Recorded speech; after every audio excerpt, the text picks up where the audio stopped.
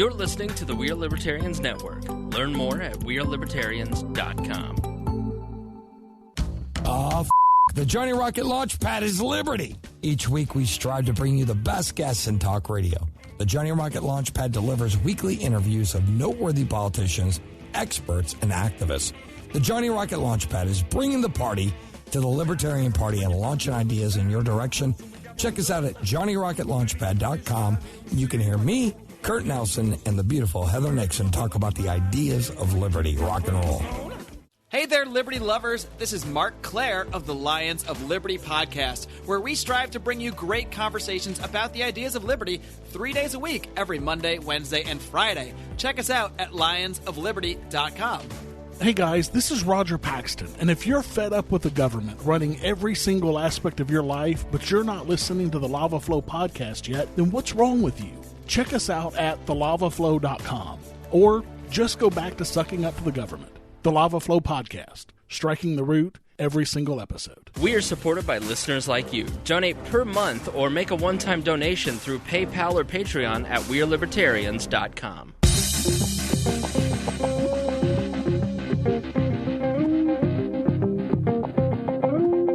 Welcome to We Are Libertarians. I'm your host, Chris Spangle. We Are Libertarians brings you all of the irreverence modern politics deserves. Think of us as the love child of National Review and Mad Magazine. We explain to you what the hell is happening in our world today and how we can fix it by thinking differently. Please be sure to rate and review us on iTunes, like us on Facebook, share this episode with friends, and support us through PayPal or Patreon at wearelibertarians.com. We are supported by listeners like you, so $1 per episode by pledging $5 a month helps us grow. We're always taking your questions and comments via email at editor@wearelibertarians.com. If you're new to the program, we catch up for the first 20 minutes or so and then dive deep into analyzing current events and society from a libertarian perspective. This show is for adults by semi-adults, so please be warned, the language is strong and offensive. Praise be to Allah. We're live streaming to the big Facebook page. There's going to be a lot of strangers watching tonight, so they're sure to hate all of us, as all of our Facebook fans do. Cat, let's keep the anti-Semitism to a minimum today. Right, sorry. Right. Yes, that and the Taylor Swift, which is arguably worse. That voice you hear and that face that you see is one Gregory Lenz. How are you, Greg? I'm doing wonderful, buddy. How are you feeling? I'm grumpy today. Are you grumpy? You don't seem it. I'm in a bad mood. I'm grumpy. Are you? You don't seem it at all. I couldn't tell. I've been grumpy for about 3 hours now. Why? No reason. Wait, we've been hanging out for the past 3 hours. Yeah. Totally not. It has nothing to do with you. Just for whatever reason, like about 2 to 3 hours ago, Cat Anagnos, how are you today? I'm good, thank you. How are you, besides grumpy? I just got grumpy today. I don't know. Huh. Interesting. So I'm not in my normal jovial mood. Are you in a exhausted, irritable mood where your Aunt Donna might be doing some things to the associate minister? It's possible. I think I'm worn out. So I'm just worn out. Have I seemed like a bitch today? No. You've put up with our hangout session today quite well. Spangle has never seen SpongeBob. Neither have I. Oh, well. I mean, it'd be creepy if we had, because we're older. Yeah. What did you? I showed him about 10 episodes. They're like 8 minutes each. What did you think? I thought it was funny. It explains quite hilarious. It explains Kat, who is 20. She is SpongeBob. She is basically, if you want to know what Kat is like in real person, she is basically SpongeBob with a little bit of Patrick to her. I don't. So I'm just really. I know SpongeBob. I'm really annoying, loud, and stupid. Yes. I mean, no. Not at all. Huh? You're laying it on a little thick. Natalie Straw Anagnos just commented. She said, hi, best friends. Hey, how are you, Natalie? Thanks for watching. Hey, Stephanie says, bah, I've seen SpongeBob and I'm an old lady. Point taken. Yeah. It's a great show. But it's for classic. a dude, it's creepy. It's a double standard. I don't feel like that it's creepy if you're a dude and you watch SpongeBob. It missed us. I'm 33, you're 31. Yeah. And so it just was kind of one of those, it was like right behind you. I was aware of it, I just didn't watch it. And I wasn't so much a cartoon person either. Mm-hmm. Yeah. I wasn't either. I was against, the public funding of PBS, so I didn't watch. I was very libertarian pure at an early age. Well, your dad made you watch what? Oh, we did watch Firing Line all the time, like on Saturdays. Explain over what that and is over. to young Cat. Firing Line, it ran 29 years on PBS. As a founder of the National Review, William F. Buckley, he did a show not unlike this, but he would debate an expert each week, or a panel of experts each week, and host a discussion, all policy-minded, all like economists, PhDs, culturally important people. I mean, really, he was a who's who. The Hoover Institution has archived all the episodes, so you can go watch every year. Yeah, the backlog. and they're amazing because one thing that because of watching so many of those growing up was that I was very aware early on that society's just we go round and round and round and round, right. and it's different actors, but it's the exact same important questions. Exactly right. Yeah, but he was actually the longest serving host of a television show in American history. Yeah, 29 years. We are huge Buckley fans. He was a libertarian, but he self-described as a libertarian, but he was again the founder of the National Review, not somebody that libertarians in this day and age would claim as a libertarian. Right, and like that style of libertarianism that's like more modern, where it's very, very much more voluntarist, voluntary exchange, wouldn't have ever caught on or gained traction in that era. Right. Like, whereas it's watered down Rand Paul libertarianism that like he was. Yeah. But then, his views changed because communism was perceived as this existential threat to all of humanity. Absolutely. And then his Roman Catholicism really, he essentially considered communism versus like Western style individualism the exact same argument as atheism versus a religion, organized religion, Christianity on a different level. So Kat introduced me to SpongeBob instead. Yeah, our childhood experiences were radically different. Yeah. Well, I grew up walking in parades from an early age. Did you? Yes. You were a snowflake from the beginning? I was, yeah. How did you do in Pride as a kid? Surprisingly, when I was a kid, that was not around in Indiana. Is it in Elkhart? Do they have any confirmed gays? Well, probably a few. Most of the kids that I suspected are now out. Oh, but, good. Do you shame them? No, it's funny. A lot of the guys that I dated. Yeah. What? Nothing? Yeah, I told you about this. So what happened? Your track record is a guy that made chemical weapons. Oh, weird. Made chemical weapons, and then you flipped a bunch of guys to gay? Yeah. I mean, it's not like they were born like social that. terrorism. No, right? No, I'm just kidding. But there was the Anagnos factor. It right, was an environmental factor. I don't understand. It's just like they chose to be something that the whole world hates because I'm so awful. So well, hopefully luckily that's never caused you to question anything about your personality or yourself. Right. So just to recap, I'm in a terrible mood today. Yeah. And you're still in an upset mood? No. Are you thinking about? I was making a joke at poor Cat's expense. So wasn't funny. Didn't land. Ooh, I'm kidding. I'm sorry. I'm sorry. Oh my! You know what I'm going to do? This is your fault. I'm going to put a GIF of me body slamming you on my Twitter. Perfect segue. The next segue. Yeah. I've got to tell you, I don't like Donald Trump. I was against Donald Trump through the entire campaign. I think he's going to go down as one of the worst, most corrupt presidents of all time. I do concede that he's never really had a chance. I don't think that he was ever given a fair shake. Hell, his own party didn't give him a fair shake from the beginning. I think he's deplorable ethically and morally. But I also don't buy that he colluded with the Russians to commit treason. I think that if CNN can find a Redditor who posted a GIF, then you'd think that they could find somebody who would leak some sort of substantial smoking gun evidence that he committed treason. Exactly. Or that anybody around him committed treason. And treason has got to be properly defined. Did anyone do something that undermines the United States' existence? No.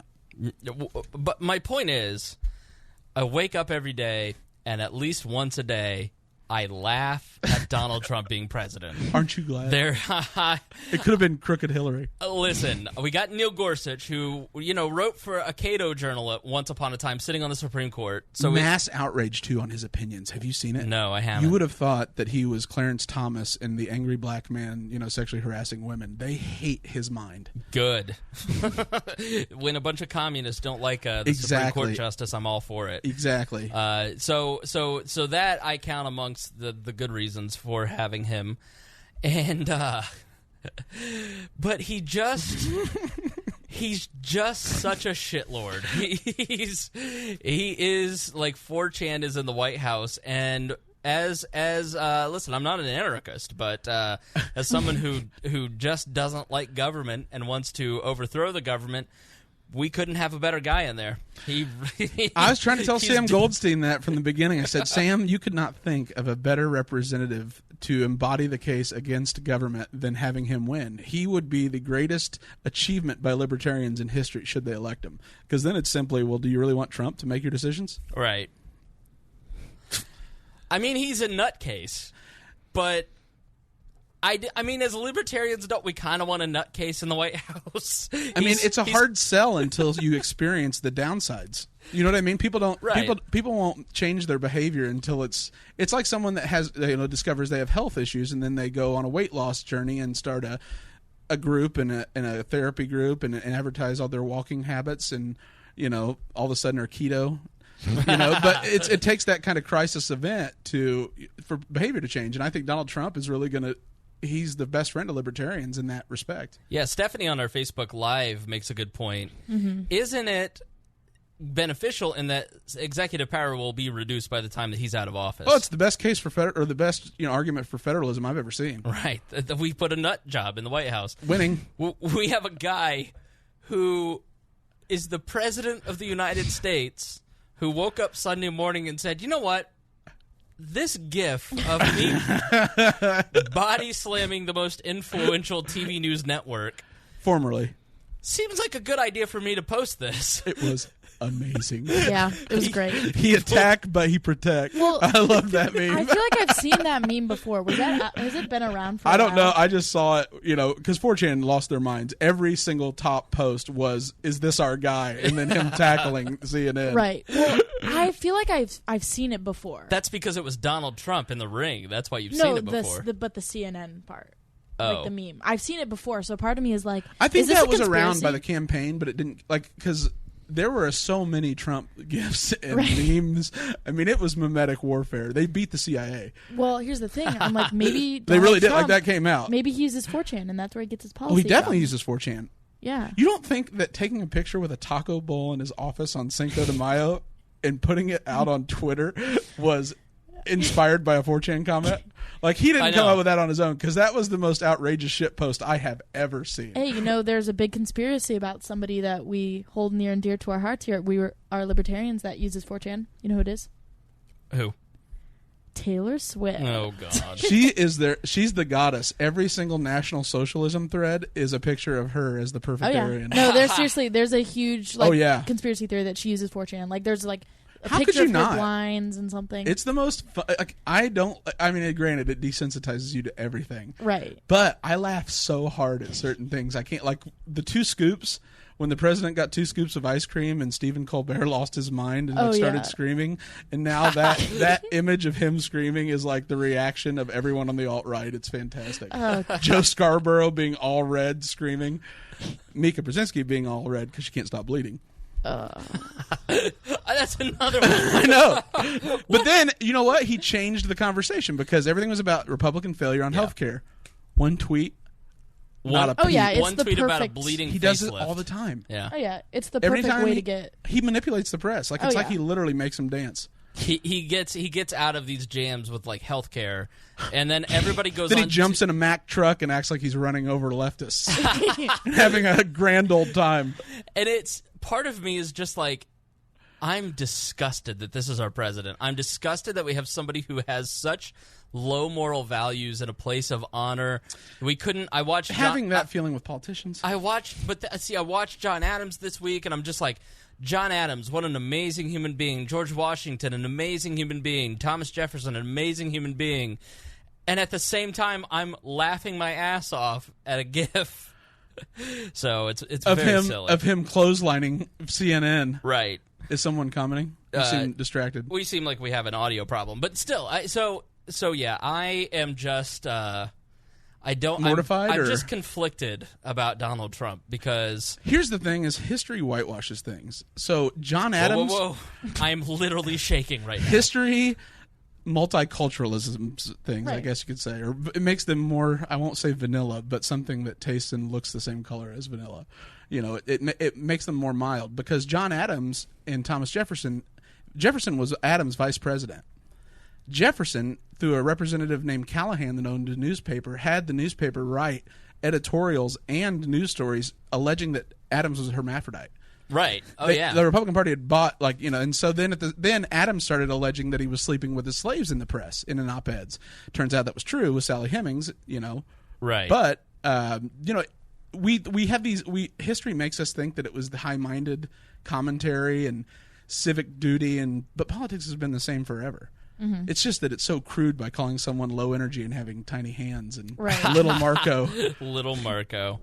Yeah, so I find it all to be entertaining and funny, and here's my take on CNN. Okay, CNN is my news of choice when it comes to the cable news shows. But if something is breaking, then I go on CNN. Of course, they've gone way too overboard on the Russia stuff, but in fact, having to fire people. Absolutely, Jake Tapper's still my boy. I love Jake Tapper. I have had a long-standing man crush on Jake Tapper. Thank you for listening to We Are Libertarians.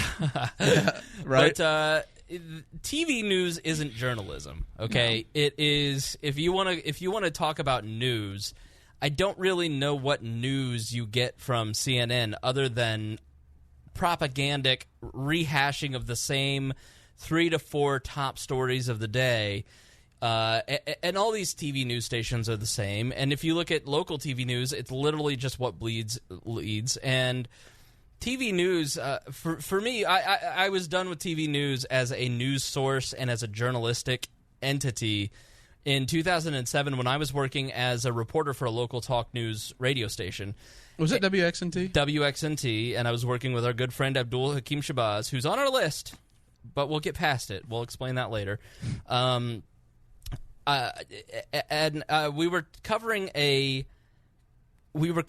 a contentious mayor's race in 2007, and the Democrat was going for his 3rd term, and he had millions in the bank at that point. It was August before the election. The challenger was this unknown Republican with $50,000 in the bank. I mean, he just wasn't well funded at all. He was a total nobody. It was almost like a giveaway for all the work he'd done in getting to that point. Right. And a fill-in. Right. He was a Marine, and he's a wonder. Like Todd Young. Yeah, no, he was.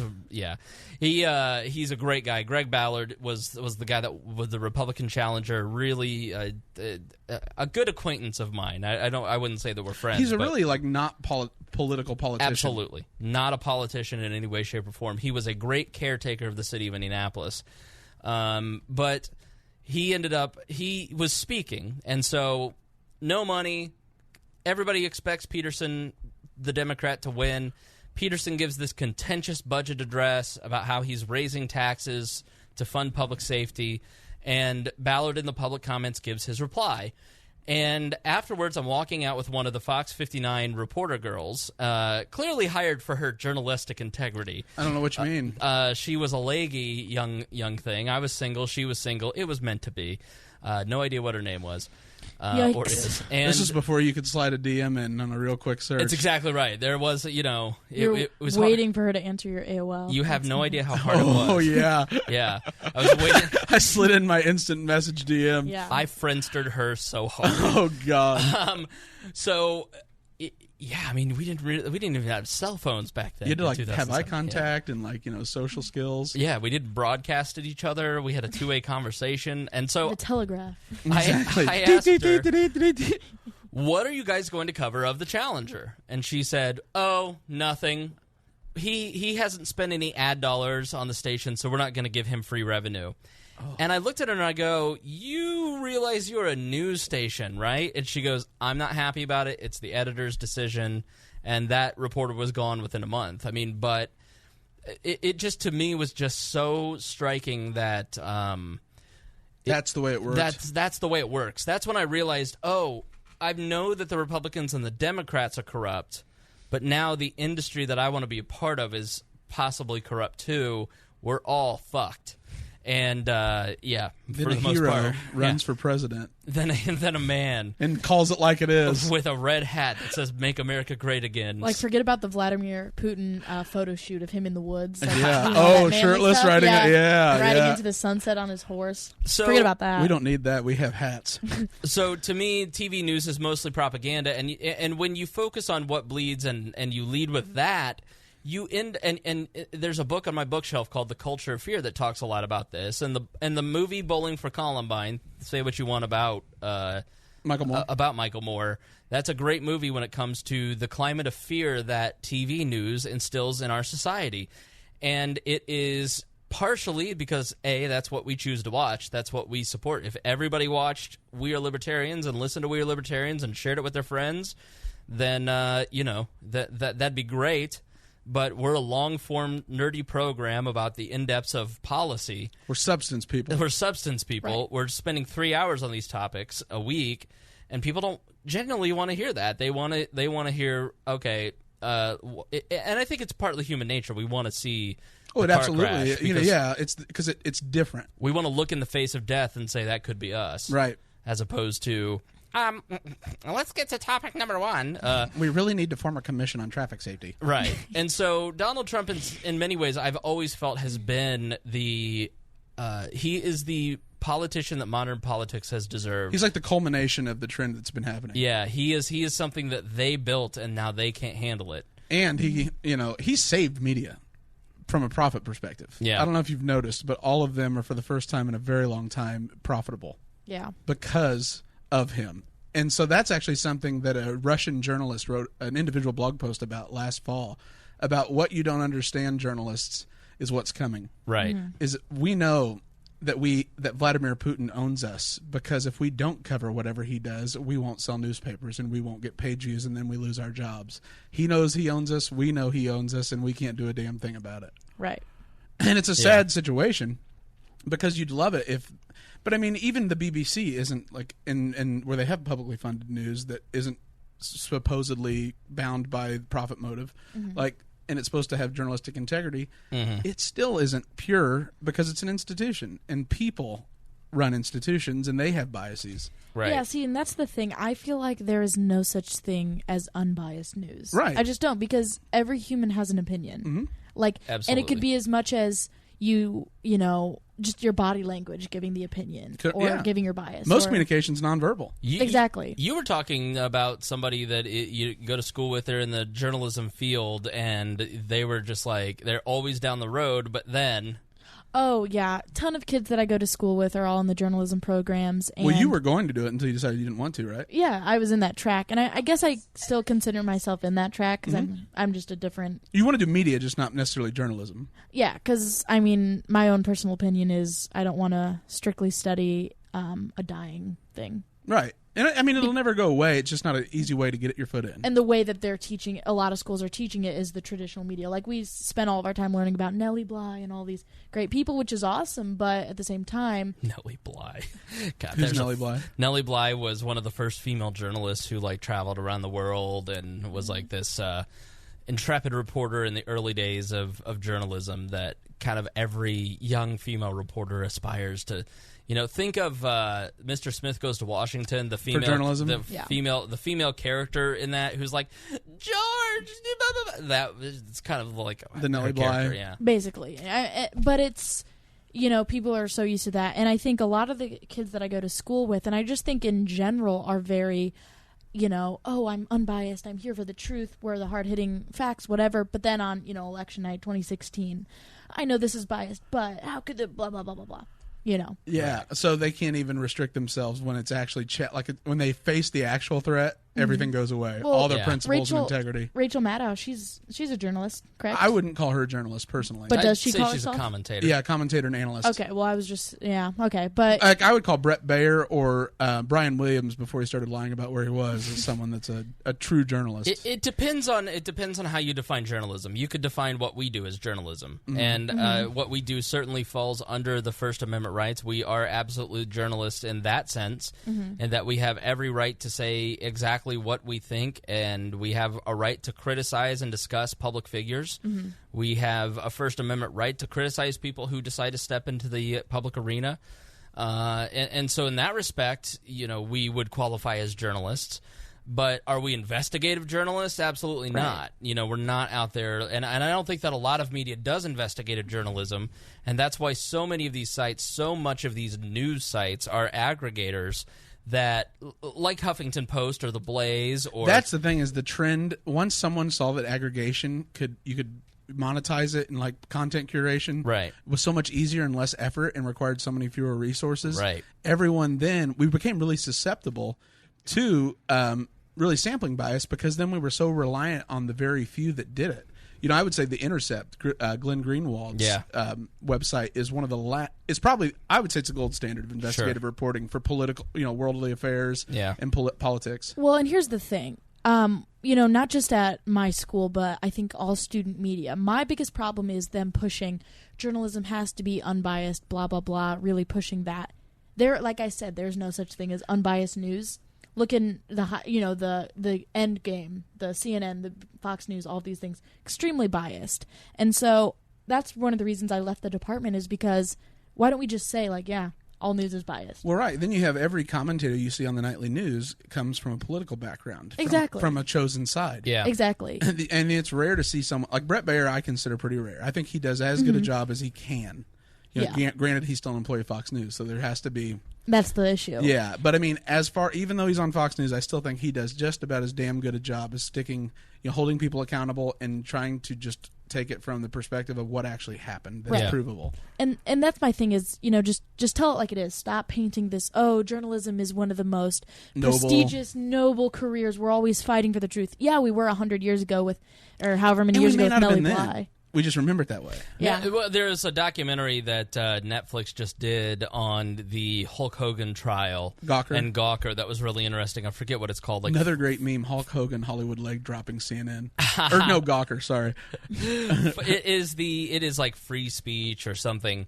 And you watch the documentary, and it is just the most self-serving, virtue signaling. Like they're talking about a website that is publishing Hulk Hogan, a private video of a man having sex with Bubba the Love Sponge's wife. Voluntarily offered. They all three. It was an adult arrangement that was nobody's business except the three of them. It doesn't.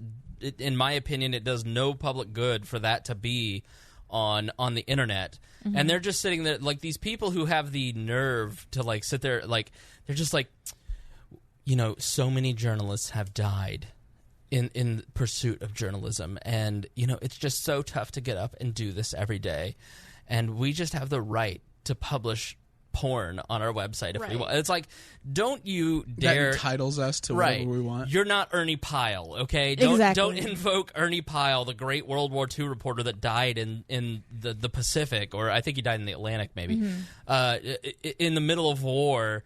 It's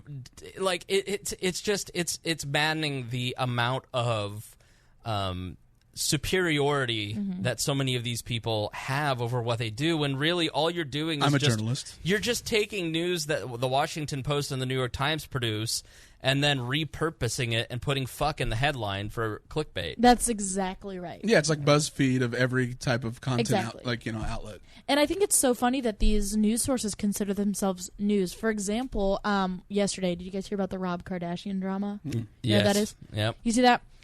Basically, he caught his girlfriend, the fiance, mother of his child. Black China, Greg. What's her name? Her name is Black China. Why couldn't it be White China? Go Google Black China right now, please. Caught her cheating. So he posted all of her nudes, I guess, on Instagram. Then his Instagram account got taken down for violating the terms of service. Hacked. And he may get charged with revenge porn. Exactly. And then posted these Snapchat videos. But she liked the videos. So of course all these hard-hitting news sites are so-and-so, Rob Kardashian might get charged with revenge porn. But really, because Black China liked the third Instagram post on Instagram and then unliked it. That's how he became famous, is because his sister did that. Yeah. And so it's just funny that these people have the audacity to compare themselves, like Spangle said, to Ernie Pyle and Nellie Bly and these incredible actual... Pioneers. pioneers. Well, you know what's funny is like there's a growing trend to want to require a journalism undergraduate degree, almost a journalist license. Like in Brazil, you have to attend a journalism school.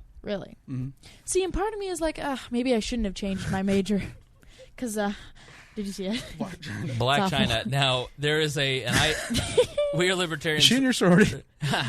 We Are Libertarians retweeted it today, July 7th. What is it today? July 6th. And there was a woman who took a tweet from Trump about China and the Rob Kardashian tweet about Black China, and they say almost kind of the same thing. This like negative comment about China, and she's like, "Is anybody else concerned that the president is saying exactly what Rob Kardashian's saying on Twitter?" It's very hilarious. funny. Well, copy the best. Yeah, right. Exactly right.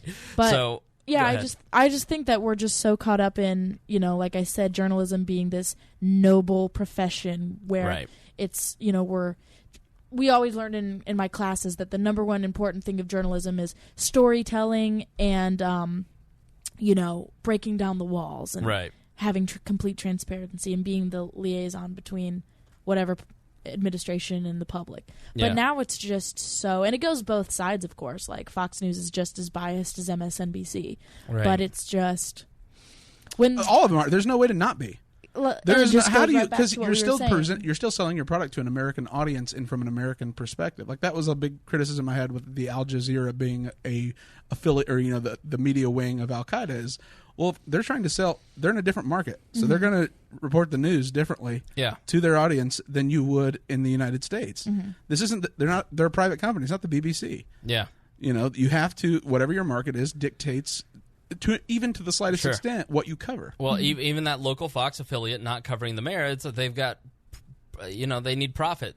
So they're going to make their coverage demands. And I would say even the BBC is just because it is public, let's not foolishly assume that it has everybody's best interest at heart. It has the government's best interest at heart, and that isn't always necessarily the best interest of the people. Right, and they're naturally, their market, like the market for BBC News, is more collectivist in nature than in the United States. It's, it's a cultural thing. So even the independence can't get away from it because of the more collectivist cultural mindset that is in England than as opposed to the United States. Right. So there's just no real way to ever get truly, get news from a source that is truly independent and sticking to the facts. You have to get it from all sides. So this leads us to our first topic tonight, and I think that this is an important topic that isn't covered a lot because we are so concerned with things like the Russia supposed treason issue. We're concerned with Black China and Rob Kardashian. That you don't get these in depth, and that's why We Are Libertarians does what we do. We try to go in depth, and what we don't cover in the show, we put into our show notes at wearelibertarians.com on the episode, so you can go and check those out, which are basically like tonight's show notes. This is printed front and back. It's literally, I printed 23 pages that Greg wrote. And one of them was because it was a BBC timeline, like that I copy and pasted, so that made up. But I wanted to have the full history. Yeah. The documents, if you will. Right. You have the whole documents, and we try to give you as much information about these topics that we explain and give our opinions on, because we know that it is, nobody else is out there is putting a libertarian point of view on these things.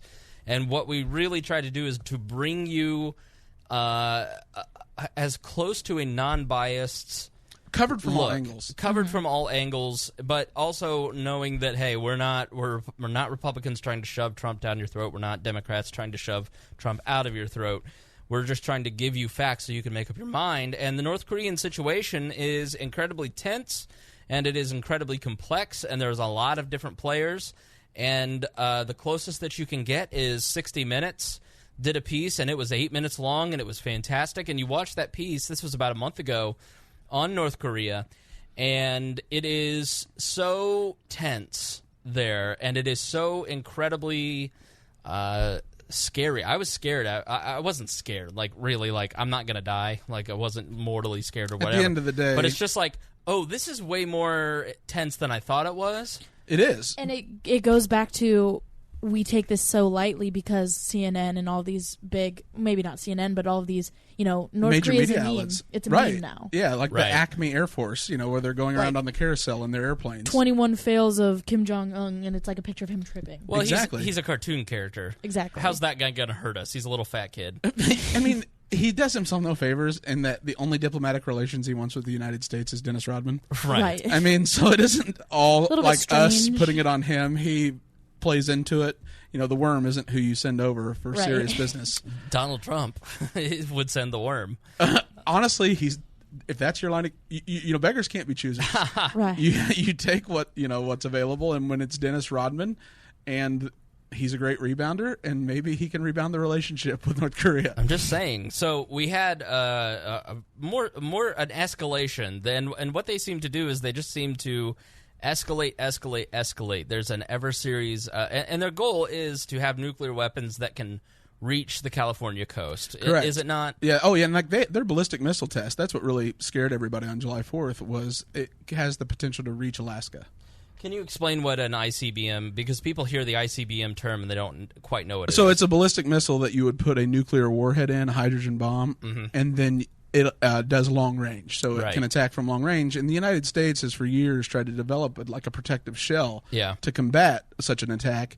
But at the end of the day, any type of technology where you're anticipating the path of a rocket, a missile, is going to have a high failure rate. And so this now it was funny in 2006. I think when they fired the one off and it barely left land. Right. There were a lot of failures. It was straight Wile E. Coyote. Like Right. It just played into the hilarity of Kim Jong-un in his threats. But now it's a little more serious because their technology's caught up. Yeah, and this comes right off of the heels of Otto Warmbier. I don't know how to say his name. Kat read all about him. She knows. Yeah. Oh, yeah. Otto went to North Korea and did what? Yeah, so he was a college student from Ohio. Cincinnati. And he went to Chili capital of the world. Yeah, and he went to the University of Virginia, I believe. Yep. UVA. And he went to China for a trip. And then I guess China, a big thing that China does is have like these trips, I guess, for Americans to visit North Korea. Yeah, anyone is eligible if you get cleared by the Politburo, the Chinese party. Yeah. And I was reading online, I guess they're pretty safe. Like they do a good job of it. I mean, because North Korea is not going to bite the hand that feeds it. So, like the Chinese know there'll be repercussions if an American gets hurt on one of these trips. Right. And so he went on this trip, and it was a fine trip. I think he was with like 15 other U.S. citizens.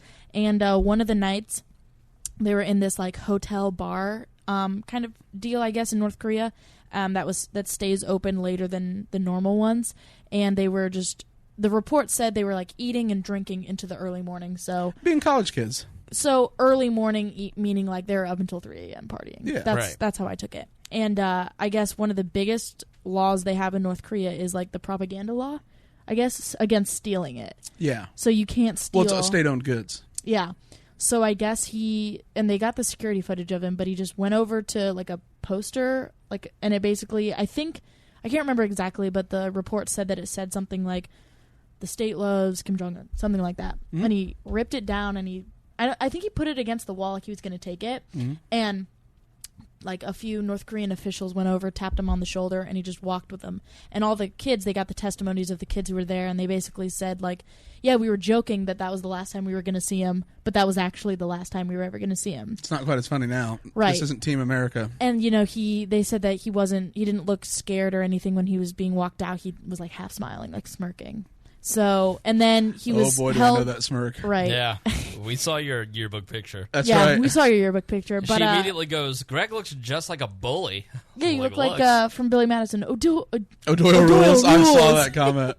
Like I wasn't a bully. I bully bullies, but I was non-aggression principle. So unless I get bullied, then it's full warfare. Libertarian from the womb. So of course I have that. But if you are bullying someone I like, you're fucked. Yeah, no, I feel that. But he was held there, and the report I read said that the Obama administration told his parents in the United States to have a low profile about this case, which I thought was interesting. Yeah, I know.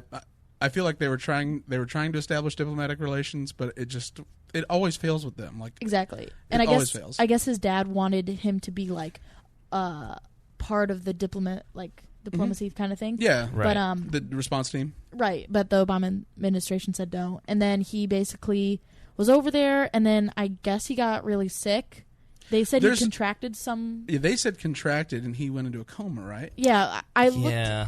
I forget it was called like Bolin, something like that. Some weird bacterial infection, I guess. Oh, that, really? That It's affects bacterial? the eyelids, apparently. Most, That's what mostly the they think Wikipedia he said. was tortured. They think that he was tortured and beaten. Because he A State Department spy. Yeah. Because he gave a response, like a testimony, and he pleaded guilty to everything, and he said he was stealing it for a secret society that he was trying to enter at the UVA, and then for entry into the CIA. But I guess the school... That's their primary recruiting source, that and Yale. Really?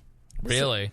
Yale's where it was founded, the Skull and Bones Society. Right. They're almost all bonesmen, but then UVA is number 2. Really? Silence of the Lambs, that's FBI's one of their biggest is the University of Virginia. Interesting. So wait, Skull of Bones... Skull and Bones is Skull the and Bones society the seeds. CIA was founded in. Really? William F. Buckley was Skull and Bonesman and CIA agent in Mexico City. Wow, look at that. Huh. Yeah. No, So, trust me.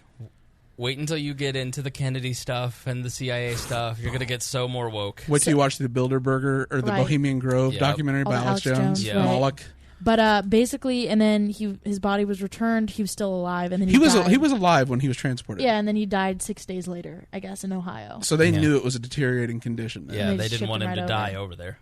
Which I think is interesting. I read all of the reports. It's very interesting. How so?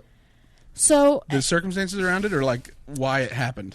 I guess why it happened, because, and I was talking to Spangle about this before you got here, I have mixed feelings on it, because I feel like, all of these, the parents basically said that the Chinese, like, set Americans up for this, and they know how dangerous it is, but they prey on Americans who want to, who are It's their only adventurous. bargaining chip, really. Right. But I don't know. I just think, staying up late, college kids at a hotel, go and, rip a souvenir off the wall, that's what gets you. Yeah. So- in a communist tyrannical state, Exactly. defaming the propaganda they use to reinforce Right. And of mind course, control on citizens usually will be a Right. threat. And Yeah. of course I don't agree with it, obviously, but part of me is like, okay, he knew the risk being over there. He knew the rules, and he did it anyways. He flaunted that. I'm And an he was American. smirking as he was walking out, right? Which of course they hate. Also, I thought it was interesting how, and I was telling Spangle this, if this was such, because it seems like a lot of people are trying to make it out as, oh my gosh, what is the name of the reporter who was kidnapped? Lisa Lang. Yeah, my sister met her, but they made it out to seem like something like that, but They snuck in. they snuck in, so it's kind of Very different circumstances. Like She was on Channel 1, okay? Yeah. She's a national treasure. yeah. So I don't know. It's just I don't agree with it, because anybody who agrees with it is part of the problem. the craziness. But at the same time, I'm like, part of me is like, okay, the rules, the risk going in. Truthfully, you probably shouldn't have even investigated going there on a Chinese state-sponsored trip. Right. But Realistically, at the same time, You this were is- warned up front. You knew the consequences. Well, and this is the first of the group. I'm assuming we don't hear of this happening a lot. Do Never. we? Never. So part of me is like, okay, these trips sound relatively safe as long as you follow the rules. Correct. And you have to know their rules, because it's their world, their culture is different than ours. Right. And And if they upset China, they lose their one access point to the world for food. Exactly. It's like going to I'm trying to think of an example. It's like going somewhere and upsetting their culture, and obviously you don't agree with their culture. It'd be like going to Saudi Arabia and walking around being a missionary. Exactly. yeah. Like we maybe don't not that personally- antagonistic, but Right. And it's like we, obviously don't agree morally, but at the same time, you knew the risks, you knew the rules, you flaunted it. flaunted it. So normally this would be an act of war. I mean, most nations there would be some sort of retaliation for an American citizen or the citizen of any country dying in another country at the hands of that country's government. It's just not done. Torture your own people, fine, or maybe some Muslims, go for it, is typically the world standard. Don't let women drive, and you're Right. fine. It's, Right. But just share your intelligence with us. right, but but it takes on a different role when you have situations like what's happening. And that was really a personal story. You don't get human interest stories that, like, that's what I was so shocked is this was the first time it moved the needle for most Americans about the actuality of the regime, and what. because it's so comical. Team America, that is everyone's impression of North Korea. Right. Like our generation, it's like, oh yeah, I've seen that. Like the puppet. Like no, it's a real guy. You know, like he killed his brother-in-law so he wouldn't be threatened. Exactly. Like boy, if that isn't like the 4chanization of society, Right. like our generation isn't worried about a communist dictator because they saw Team America. Right. And he sings songs about being lonely. He's not. He's a lovable little fuzzball. That puppet, man, I tell you. So really, kind of give us an overview of what happened, Greg. So the missile test changed anything, and they tested it on July 4th. Right. You know, and so Fitting while for I the holidays. well, I know honestly, like that's the thing is they flaunted their new technological abilities to be able to transport a warhead to the United States coastline potentially on the 4th of July, and it's already been a situation where they are really, really. The economy's okay for them, like it's not great, but it's not like they're in the midst of an economic depression any more so than they regularly are. So citizens aren't eating bark off of trees? Right, no, not at all, because the Chinese supply them with the majority of their aid. Okay. And up until probably the last 3 years, even as far back I think as 2014, there were discussions about having another inter-Korean summit between the South and North. Which has happened from time to time. The big motivator for the Chinese to keep them on the line and basically keep them going is that China has a very there's a lot of instability there, and there's social instability always. Social instability, and if you had the North Korean dictatorship collapse, you'd have a humanitarian crisis on the scale of Syria at the border of China, flooding into both South Korea and North Korea, and especially into China. It's really a policy of containment. Absolutely, because if they let North Korea fail, then what ends up happening is they just can't afford to absorb that many more people. They can send aid and they can send money, but they can't take the people into their own society. And these are a special people to try to assimilate. I mean, these people are. It's like we were talking. Was it before the show we were even talking? Like, so these people have been brainwashed. Yeah, absolutely. You know, one of the defectors did a BBC interview and then had a psychologist work with him that defected to Great Britain, and when the psychologist talked about how, you know, asked him to describe how it would make him feel never seeing his parents again, it didn't have any emotional. He had no emotional attachment to his parents because of the state, and really, you know, the Jong-uns, I guess you could say. They are great God, family. You know, and I didn't know until Spangle. Yeah, great people. Yeah, very great Come people. from a good family. Yes, talk to great people. You know, a little bit, you know, murderous, but other than that, totally fine. They got the white picket fence down. Exactly. But so they're brainwashed, and so they don't have any allegiance to their family members, to their friends. It is entirely to the state. And then I didn't realize they'd created their own religion until you mentioned that. Yeah, so Kim Il-sung felt that there were certain parts of Marxist ideology that had failed. And so he created a new religion called Juche. Juche. And it is spelled Juche if you want to study up more on this. It is described by the government as Kim Il-sung's... Kim Il-sung was the one that was the grandfather of the current dictator. He was a lot like a Fidel Castro in North Korea during the right after World War II. And we'll explain how he was installed in a little bit. But Juche is philosophy. It is Kim Il-sung's original, brilliant, and revolutionary contribution to national and international thought. What a hell of a title. I know. No, when we jokingly call me dear leader and we use all the terms to like, you Supreme Allied Commander of Freedom and Liberty. Right. It is insane. Like, there are a bunch of great North Korean documentaries, and if you watch The Propaganda Game, which is a fantastic documentary, I think it's on Netflix, Under the Sun, which I watched yesterday, which is basically they agreed to do a documentary in North Korea. The North Korean government gave them a script, and then they produced the documentary exactly as the government wanted them to. So, and you see at one point, like, someone yells, "Action!" and then all the people start walking towards the bus.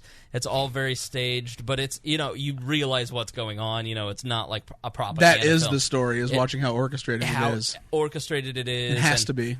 And you see in all of these, in the daily life of what they want to project to you, is that it is a very united country. It is absolutely madly and passionately in love with Kim Il-sung, especially the grandfather of Kim Jong-un. You know, there was Kim Jong-sun, then Il, then Un.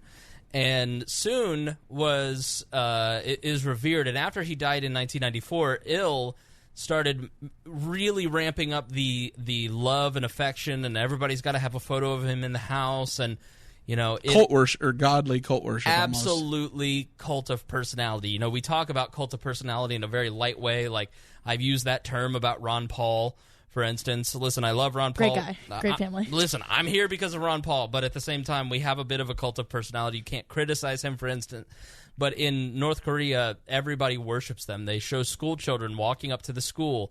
They all walk up to a portrait of the Seung family, bow, and then they may enter the school. And so this is a religion that he developed. And Seung was born in 1912, and it is a variant of Marxism and Leninism, and it is Korean in character, and it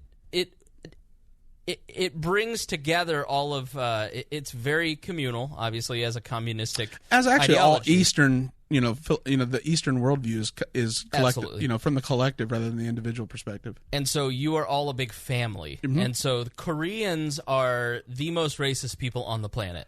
And so part of the ideology that is pushed is that North Koreans specifically are the most superior race on the planet, and that everyone from the outside is not.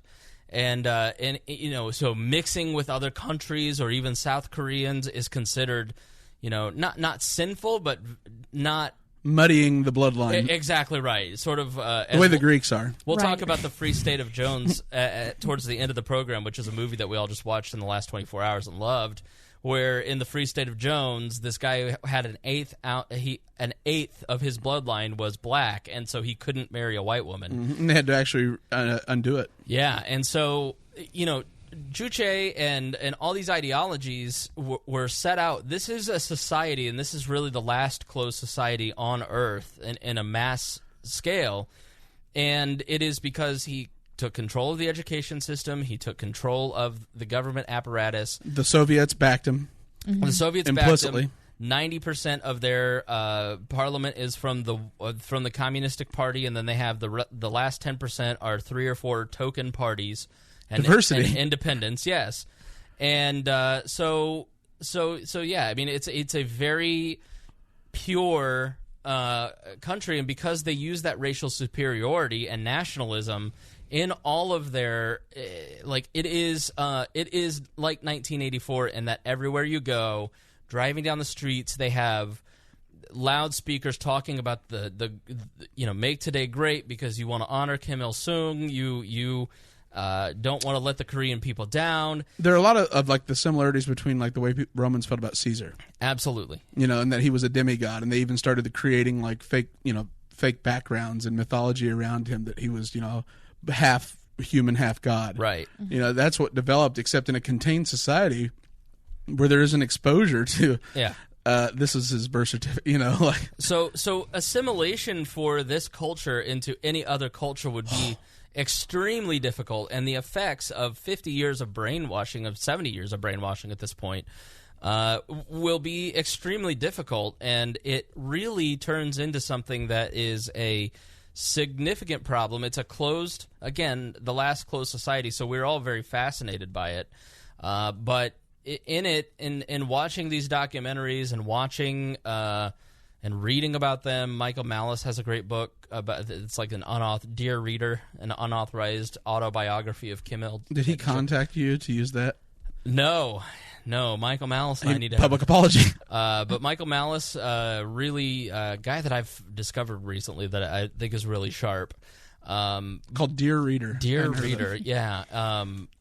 It is a fascinating society, and a society that we don't quite understand, and you can just see in all of these people, it is a 1984 type society. It's a simulation almost. Yeah, like it's almost like a sociology lab experiment to an extent, and psychological lab experiment. Because I would have bet anything, like let's say like Cat, for instance, if I told you that I could do like a brainwash and you would never feel the slightest inkling of loyalty toward your mom and dad, I would, like, that would be impossible to imagine for an American.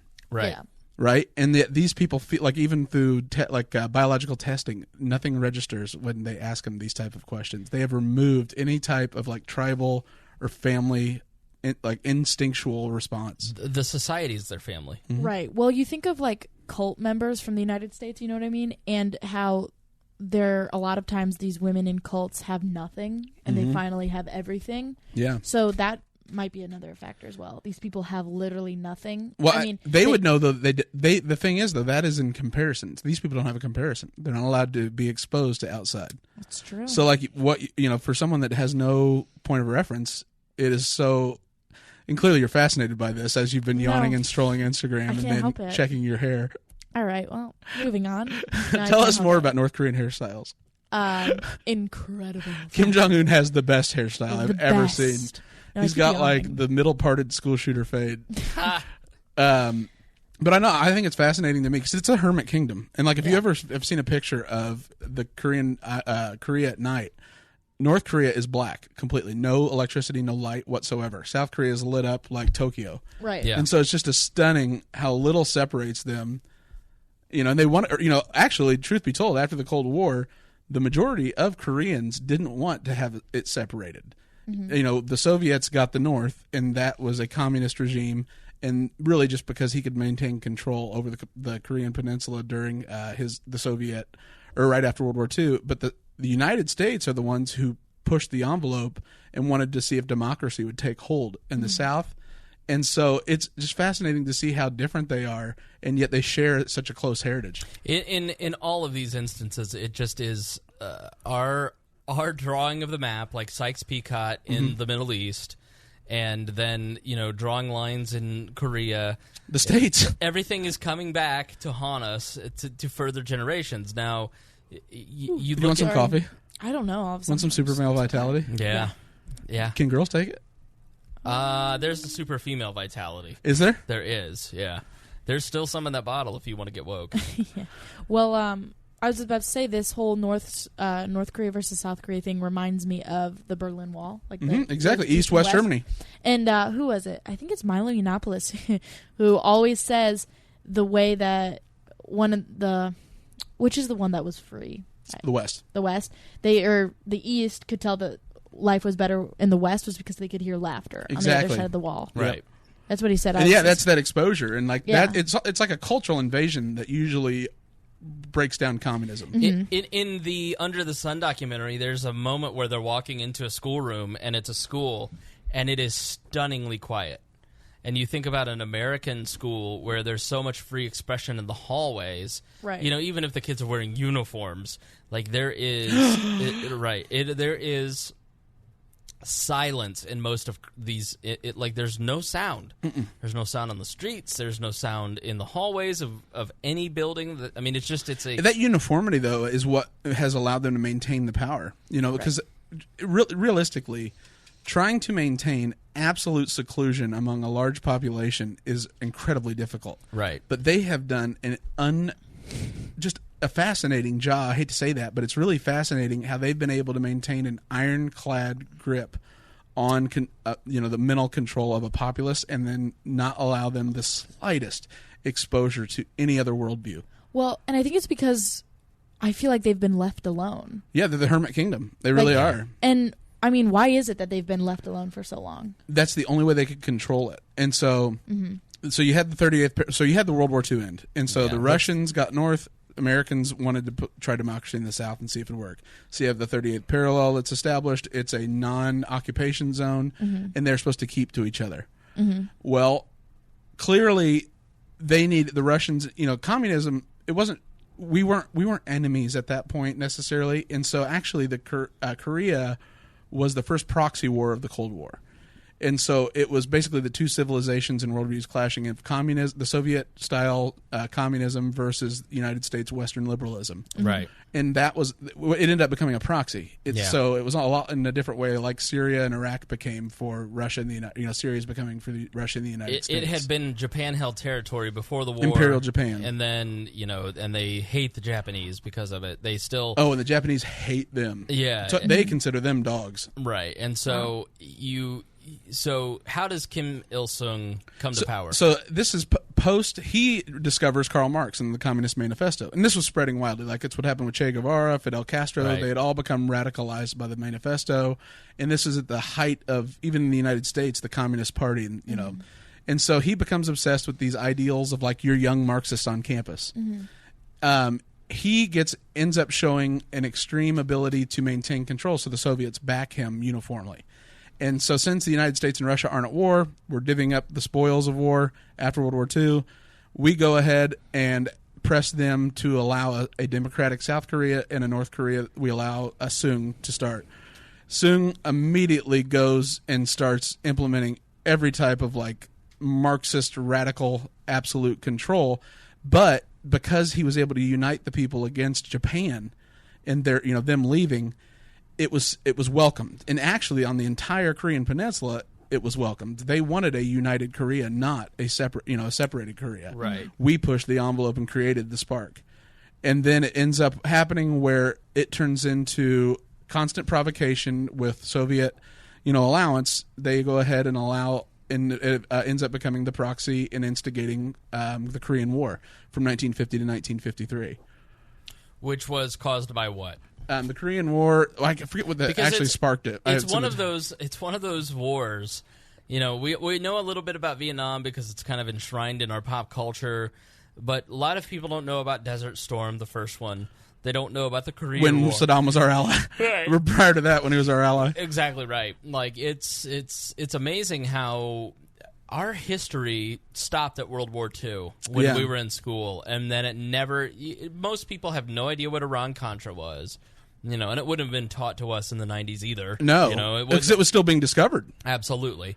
But a lot of the stuff that happened in the 80s and the 70s, but yeah, the Korean War is just something that a lot of people don't know much about. Right, and so the American Army was about 1/12 the size that it was 5 years earlier during World War II, and Stalin had recently lost the Cold War dispute over a Berlin blockade.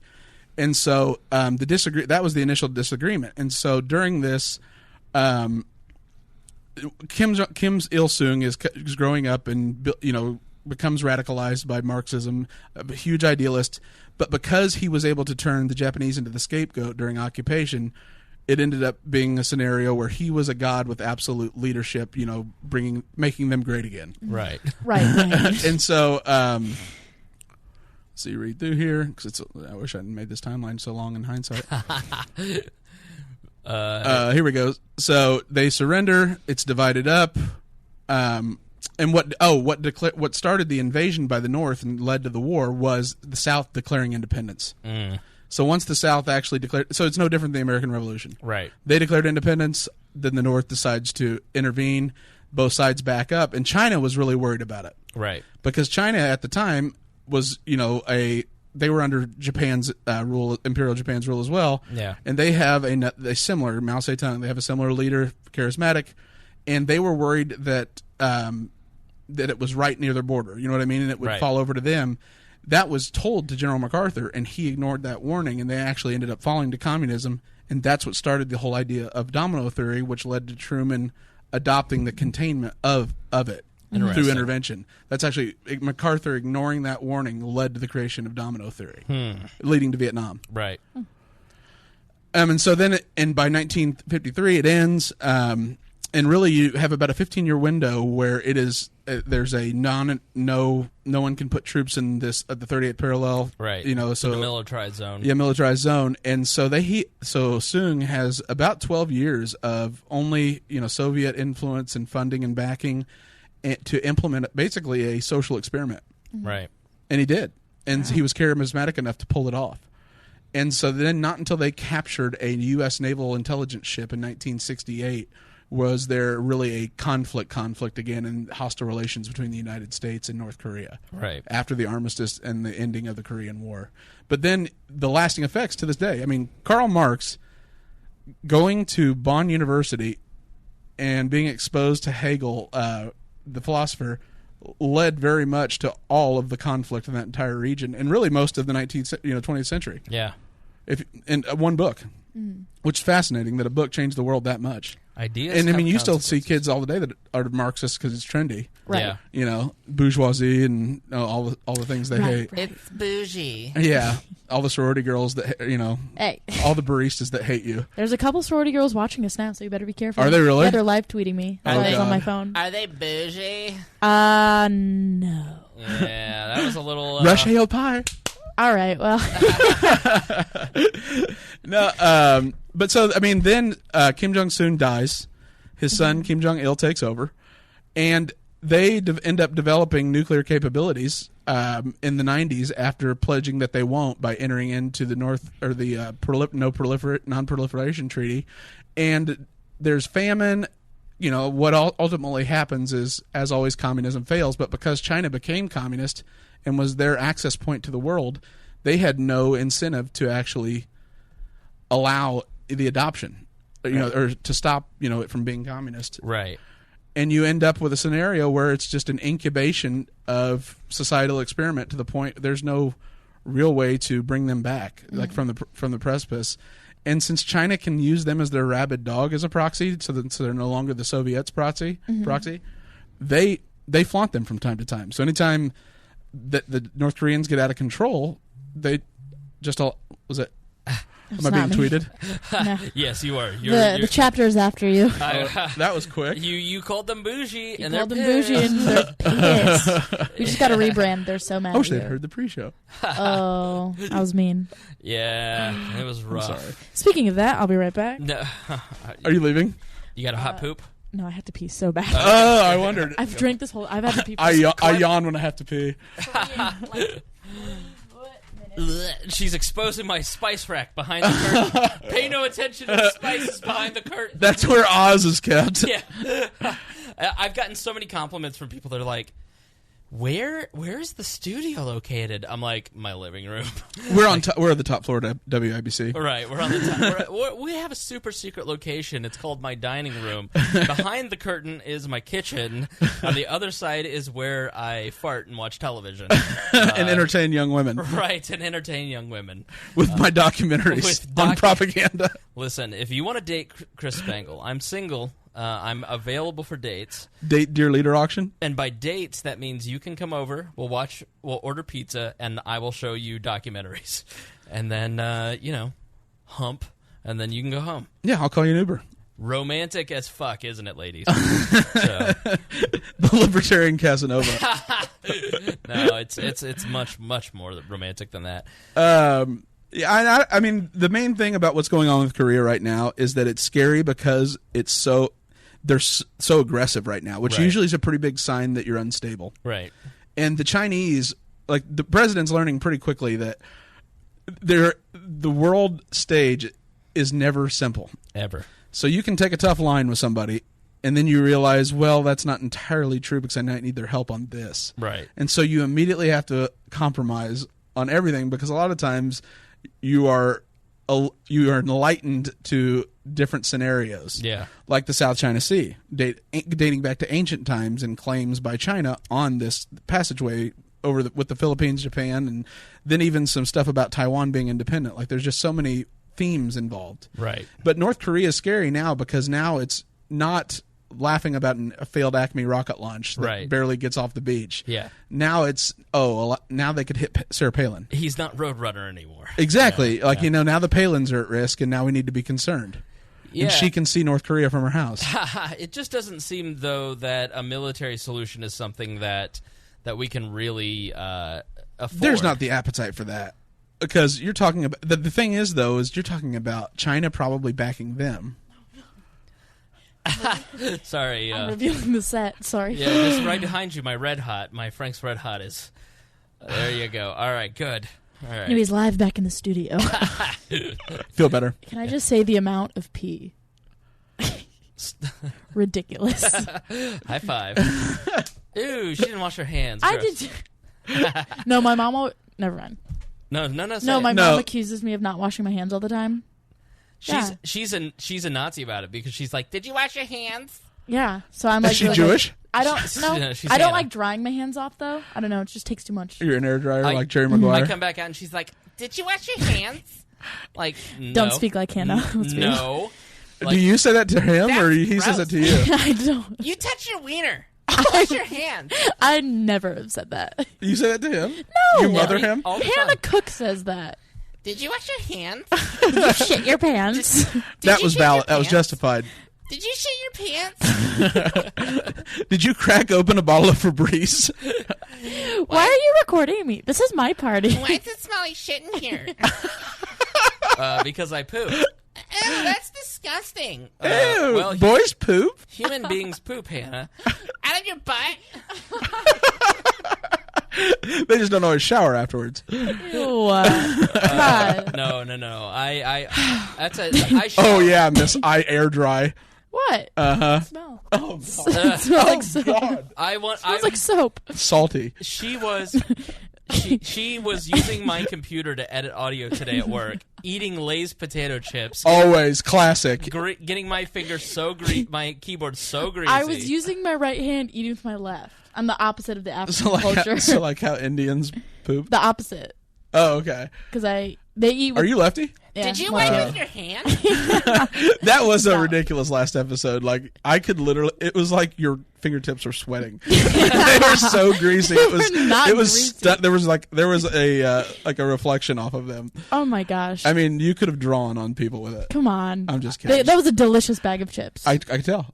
Yeah, I devoured them. I don't usually eat these. Then the truth comes out. Then I'm like, it was Lay's classics. She patted me on the back earlier and she goes, "Why are you sweating?" I'm like, "Get out of my house." I was watching He was Cops. so Fuck I you. said, have you been watching? So sweaty. So sweaty. I'm so annoyed by it. That's what put me in the bad mood, to be honest. Was Oh, it? come on. Well, just the fact that she's like, she called me out on it. That I was sweating, and it's 66 degrees. And B, that she called me out on it. I was like, it was embarrassing, and I was just like, shut the fuck up, Cat. Oh, it's not that embarrassing. I'm sweaty all the time. Okay, this doesn't count because earlier today air dry. I was doing this and he was like looking in my armpit and I was like, "What are you doing?" He was like, "Just checking to see if you shaved recently." I did not say that. Yeah, you did. I go, "Could you quit airing out your armpit and why don't you shave every once in a while?" And I was like, "I shaved last night for the record." And when I like put my leg up, he'll like And take I- a peek I looked- under my like I looked cuff at- of my jean to see if I've been shaving my legs. She put her leg up, and I was like, "Jeez, what are you, a cat?" And they were completely You shaven. looked like a woolly mammoth. No, I did not. It's- I just shaved last night. Well, you might want to get some Nair or something. Ever heard of because- 5 o'clock shadow? Yeah. Oh, Just not on your ankles. it was Never like heard of 9 a.m. that. 9 a.m. shadow? 9 a.m. shadows are real. To start the grill earlier, I just had to rub her legs together. We didn't even grill out. We got a pizza. So That's true. false. Did you get Brozini's? No, Papa John's. Nice. Sponsor of Ball State or the Yeah, founder of the Hey, did he really? yeah. That's so cool. Every This Ball is- State event, we get free Papa John's. Hell yeah, that's This awesome. is a momentous moment between Kat and I. Oh, take my hand. This is the first time that we have become shitty with each other in 2 months. Oh, I thought this was a bit. Oh Were no! you actually Oh no! I'm mad. was he actually mad? Well, and then his back of his neck was red, so I was like, "Are you sunburnt too?" Are you sunburned? Did you go outside? I'm like, no, I'm a ginger. That's where the belt was. I'm- He interrupted me. I'm ham colored. Aw. I was trying to pass out as I come. Damn it. Oh, hey, I was just looking out for you. That's fine. I know. You get Genuine to make fun concern. of my shaven leg, so I get to make fun of you for being a little bit sweaty. And it was hot in here. It's not 66 degrees. Is it hot in here? It was. Or are you just that woke? I'm just that woke. These Alex Jones conspiracy I know. theories. They got me. Yeah, I'm glad. It is a little stuffy in here. Yeah. Yeah, I had to go in the bathroom and splash water on my face. She's just like, I just splashed it. Yeah, I took a cold shower. You didn't Wish I had notice. used the deodorant with aluminum today. Right. Oh yeah, speaking of deodorant, Spangle has to thank. Here we go, Spangle. Oh, what do you more have to truth thank- telling. Yeah. What do you have to thank me for? What did I bring into your life? I let her become a co-host, and all of a sudden she's turned into baby Jeremiah over Give here. an inch, take a mile. Yeah. What did Yeah, I was having some issues with my deodorant. As you know, for so long I've been sure to be dry. Thank you. You're welcome. I have been, since a teenager, since a boy of 13, when things started to change for me, gross? I started using Sure deodorant. And When women were no longer just this annoyance that I tolerated. Right. Right. And they had a great smelling. It was a desert spice. It was a great deodorant. Desert spice. But then I had to go to the unscented when they discontinued it, and I was so upset. Travesty. 15 was a rough age because of it. God, And it's tragic. In hindsight, that's when it all went downhill. so earlier this year, I was like, you know what? I'm going to invest in some nicer T-shirts. You know, I wear a T-shirt every day. Climate fit. I dress like a fifth grader. Steve Jobs. So I No, decided. fifth grader. So listen, you. You're getting. Your leader's going to have you eaten by a pack of dogs later. Oh, No. that's savage. Even for him. Yeah. So I was like, you know what? These new shirts stink. And I'm like, maybe it's just my deodorant. My armpits stink. And so I complained to Kat, and she turned me on to, what is it? The type of deodorant that my dad wears. Which is? Degree. Degree, yeah. It's like that's this what it blue is. color. I start wearing it now. I wear men's deodorant because it smells so good and it does the job. Yeah. It's great. Hey, I'm not here's the thing. Once I turn 20, Don't feel the need to explain. My silence is not questioning. Once I don't turn know why you're 20 having to rationalize. Hey, once I turned 20, I beat teen pregnancy and I couldn't use Teen Spirit deodorant anymore Right. because I'm not a teen. No longer a teen. So You're he's not- adult. You're 1 year away. Right. That's so disturbing. All right, let's. We're the three best friends. The three best Not this friends. again. We're the three best friends. Da da da da da da da. This touchiness has gotten you in trouble. Oh my God. Go back to the old deodorant. Sorry. All right, so before our ADD took over, when Kat went to the bathroom, all hell broke loose in here. The Koreans, So there aren't many. We can't really put too many more economic sanctions on them.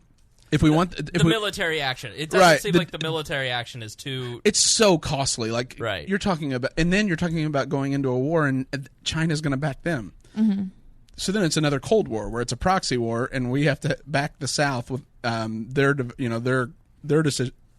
Allow them to develop nuclear weapons. There's just so many players involved, and there's no real good solution because at the end of the day, China's not going to come through for us and quiet down the discontent on the North Korean peninsula unless we basically stop backing Japan and with a security treaty we're in with them that in the event of a military skirmish in the South China Sea over who has the claim to these 8 islands that the Japan say have always been uninhabited and the Chinese say in ancient times were inhabited by Chinese, unless we pull out of that treaty with Japan, then and only then would China then probably get this rabid dog on the and calm them down. Right. And so that's a really tough diplomatic scenario. And then there's the military, which is just not a good one because we couldn't actually do it or else China and the United States would go into war. And so we'd have to back the South Koreans. And I don't believe are we going to back the South Koreans against a nuclear power? Right. And then the United States can't enter into diplomatic relations with the North Koreans because for Trump it would mean admitting they're a nuclear power. The United States State Department's position is that they are not, since it's a rogue development. Right. And they've been in violation of saying they weren't going to. And so there are just a lot of different layers about it. Yeah. But then at the end of the day, I kind of thought, like, why are we in charge of who gets to have nuclear power? Right.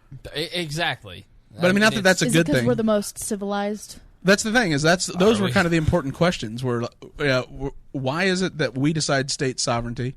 Right. Why is it, then there's the humanitarian grounds. Like, let's say that we decide we need to liberate the North Koreans. Mm-hmm. We need to let them know what they've been missing out on with McDonald's and, American-style individualism. Where does that moral authority come from? And, like I brought up before, it's like these people, like we said, are so brainwashed. The minute we let them out, what do we expect them to do? Like when we liberated the Iraqis. When we liberated for the Holocaust, right? And they were just so thankful to us because they were still like the people in the concentration camps because they were so emaciated and like beaten down. Right, and they were so like thankful because we were like the Red Cross came in. Was giving them food and water. They welcomed us as liberators Exactly. rather than welcoming us as occupiers. Exactly. So my thing is that with North Korea, we think we're doing what's morally right, which I mean I agree with because that's what I agree with morally for that sense. But however, it's like these people are so brainwashed, the majority of them, when they just turn around and try and kill us, We'd be a foreign occupier. become terrorists. Absolutely. I mean, because think about it. They literally have no point of reference for anything else other than nothing. invasion. Like they don't care about, for the most part, I'm assuming they it's like the state first, their life second. The state is all, no second. No second. There is no life. To sacrifice your life for the state is the highest honor. There's no concept of the individual. It's only the collective, like whatever the collective is working toward. And so this is maybe controversial, but it reminds me also of the like ISIS. Right? And how so exactly? Of putting something first. Oh yeah, the caliphate. What's in the Quran? They are supposed to build God's kingdom on earth. Right. And if you're a Muslim, the ISIS interpretation is that if there is a caliphate like the Islamic State, you are to disavow your national allegiance, like to Saudi Arabia or Morocco, and because you're a Muslim, pledge all of your allegiance to the caliphate. Right, so willing to sacrifice your life, suicide Correct. bombers, whatever. Well, it's noble. Right. You go to 72 virgins, and away we go. Exactly. So would it be similar to... Very much so, yeah. Very much into using... And I mean, the thing is, so like Marx, I took Marxist theory in college, his favorite class, favorite professor. I did, and then I just went around shit posting. Right, 4chan. And then I wrote about how hypocritical it was that we were in a class competing for grades while we were all supposed to be working toward the collective good, and my professor lost his shit and got so mad because I exposed him, and he was a Marxist. Right. But so I would always point out, what I learned is that, so I always couldn't believe Marx never invoked religion. Marx always advocated, so like in the Soviet Union, they closed all the churches, turned them into museums because Marx believed that it was a delusional belief in a God to keep people poor. Right. Because you would be rewarded in the afterlife. And I always thought, man, if Marx really wanted to sell his theory and get it adopted, he would have promised something in the afterlife and used religion, which is why it's so interesting. Exactly. Soon did the same thing. And so it is no different in that there is almost a, I don't know, like this commitment. The highest achievement is in the name of the state.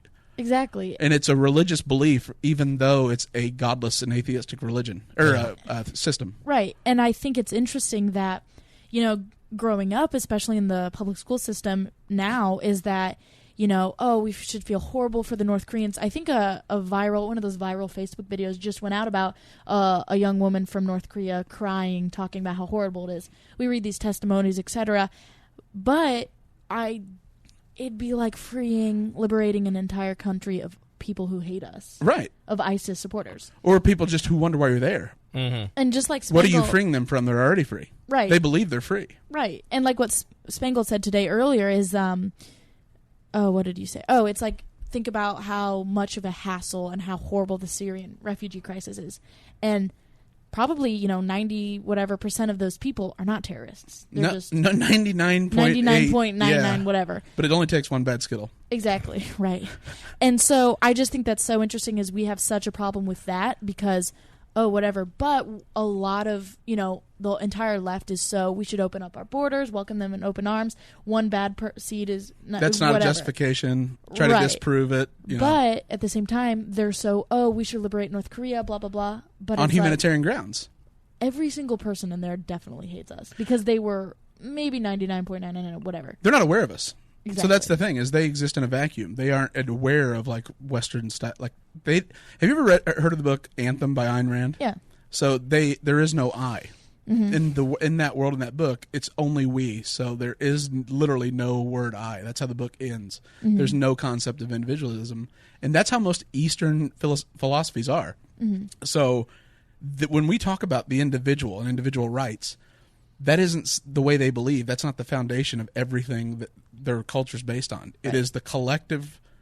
The I is of no relevance. It's about we. Mm-hmm. It's about the collective, the community. That's the foundation of everything else they believe. So, like, trying to get but like, it's ISIS liberating ISIS sex slaves is a little different because Islam, they're still individuals. Right. With North Koreans, it is like, what do you mean I? It'd be like trying to tell them that they're a person and then ask them to forget about the Great Korea. Which is how they were biologically raised. Part of what they were brainwashed. Part of what brought down the Soviet Union was just the fact that, like, American blue jeans. Like when Khrushchev went over and started visiting America and Russians saw what the Americans had, they went, oh, wow. And so they started investigating it more. This is a much more closed-off society. Mm-hmm. And that's the only way you can maintain order and try these experiments. Yeah, and so I think for a non-interventionist, we're non-interventionists, but you look at this and you go, okay, we have these long-standing we're the cause of a lot of misery. You look at Syria, where flawed ideas. Just because that, like Iraq and Afghanistan, I look at it and go, yeah, we broke it. Did we buy it for 15, 20 years? Like, we're 15 years later, do we still have a responsibility to maintain stability in Iraq and Afghanistan? Why do we have the responsibility to maintain peace in Syria or try and achieve peace in Syria? On whose behalf? On whose behalf? We have supported the South Koreans and had a proxy war there, and we are in another situation where it's like, what is our role? I mean, when you look at it, do we have a responsibility to protect the South Koreans? And is that responsibility based on our own prejudice toward the individual? Right. Sure. Is it that better? Mm-hmm. Is it better to be? So is it morally right to spread individualism and liberal style democracy and all the freedoms to have no restrictions and face the threat of death? Because you dissent from the people you believe. Is that a better moral position or a more philosophically correct position than the collective outweighing the individual? Well, again, it's the hubris that we talked about during the Iraq War. It's like you go over and you start a war in Iraq. We're going to free them. We're going to be liberators. Listen, here's the American Constitution. Now, we know y'all look different, but once you just get a taste of American Constitution, you're going to love it. It's Sunni, Shi'i, he. Right. Like, it's an arrogance that we think that once you build the type of... once you introduce them to democracy in the way that Americans practice democracy, they will be like Westerners.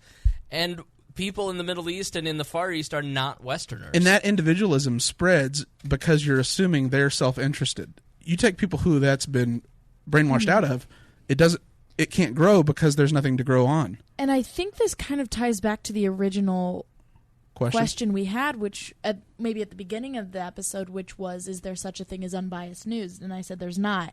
And so exactly, it ties directly back to that. Ties directly. I think everybody is extremely biased about what their culture and lifestyle is. We are a product of how we were raised, born, influenced. We just adopt these things and program them onto us. Right. And yet there is no fundamental truth that we can prove. Right. Mm-hmm. So at the end of the day, there's no way to point to it and say, because McDonald's and women being able to drive and vote and yada yada yada and all these individual freedoms are what we believe are right, we can't go to some court and prove it that this is more correct than the collective view. Exactly. That's the damning part. Right. Yeah, it's very interesting. And I think, we talk about the horrible propaganda, like we said, that Otto guy, right? Was the one you read all about and can't pronounce his last name? I don't even know. Basically was killed because he stole a piece of North Korean propaganda. But yet everything we learn in history class could be considered propaganda. Because the movie we just watched, what was it called? Free State of Jones. Free State of Jones. Yeah, a lot of that was, watching that, I was like, wow, of course, morally, we don't agree with the Confederates, with slavery. However, it's weird seeing them as humans. It's definitely weird because they're painted as the bad guys. Absolutely. Just like North Korea is painted as the bad guys, and Islam is painted as the bad guys. Because they have a different... the thing is, we villainize what we disagree with. Exactly. And that's what ends up framing it. Like, this was before I was born, like the Ayatollah was like seeing Michael Myers' mask in society. Like, they painted the Ayatollah Khomeini, the revolutionary leader of Iran after the Iran hostage crisis. He was, in the United States, positioned as seeing Freddy Krueger. Like, it was a nightmarish, like, evil person. Same with Osama bin Laden. Exactly. Right. Osama bin Laden would be the perfect comparison, is that there's Osama bin Laden, and there's no moral difference the way they're sold and positioned in American society from Freddy Krueger. Just like with... Go ahead. And if you try to say, you know what, Osama bin Laden in the Gulf War said, I know how these people operate. They are the ones that funded me in Afghanistan against the Soviet Union. They built the Mujahideen in Afghanistan. If you, Prince of Saudi Arabia, come in and you allow them to build air bases to fight Saddam Hussein, they will never leave the Holy Land. And so let the Mujahideen take care of this. And he didn't. He let the Americans build 3 bases in Saudi Arabia, and then that are still operational today. That are still there, that were built for the first Gulf War. And that was part of his motivation is our expansionism around the world. It's our intervention in the foreign affairs of other cultures, other places. And if you say that, the conservative news magazine called me ISIS one day. The American Conservative magazine. It was Human Events. Or Human Events. It is an American conservative magazine, not the American Conservative magazine. But Human Events called me ISIS for just pointing that out and saying what is like. I don't feel that Osama bin Laden was a liar. I think he explained exactly what his motivations were. And so I want to understand why it's like why the people who don't want Alex Jones to be interviewed by Megyn Kelly. Well, here's a person who has a large voice. Why wouldn't you want to understand what they're talking about? You know, and Kat, I don't think you were surprised by the humanization of somebody on the Confederate because you spent at 20 years old, you spent your K through 12 and now 2 years of college, your education being essentially indoctrinated about the evils of other the people we fought wars against. You know, we talked about German soldiers. Obviously, they were fighting for the wrong cause. They were fighting for something that wasn't noble, but they were still people. Right. And a lot of it them wasn't didn't noble agree. in our opinion. Right. And it kind of reminds me of the, westernizing colonization of Native Americans, right? Absolutely. Because they saw them as savages, whereas, my sociology class, we learn, okay, in order to be considered a successful group of people, like I think we talked about this, you have to have a sense of religion, education, a culture, entertainment. Traditions, customs, language, everything like that. And Native Americans all had that. Absolutely. It was just different than ours, but look where that got us, trying to colonize and westernize a group of people. We've lost culture. We've created so many issues from that. So my thing is that while I don't morally agree, and I don't think any sane person would morally agree with the conditions of North Korea, how far will it be the exact same thing? We try and westernize something. Well, it's our morality. And it blows up in our face. That's the thing. It's our morality that you're judging it from. And that is how I view it too, because ultimately I view it as, is that person more likely to die, I guess.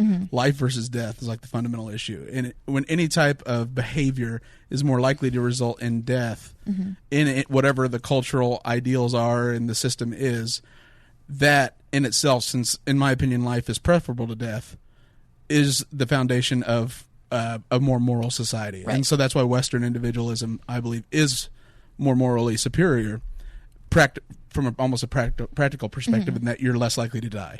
Yeah. Right. For what you believe and for having a difference of opinion or wanting to, but that is still framed within the context of my individualism, how I view the world. If I viewed the world as there's the Great Korea I'm a part of the larger whole that can achieve something historic, sort of like what Nietzsche talked about, and that the Übermensch that Adolf Hitler became, very interested in becoming, was that there is no right or wrong. God is dead, and there is no truth.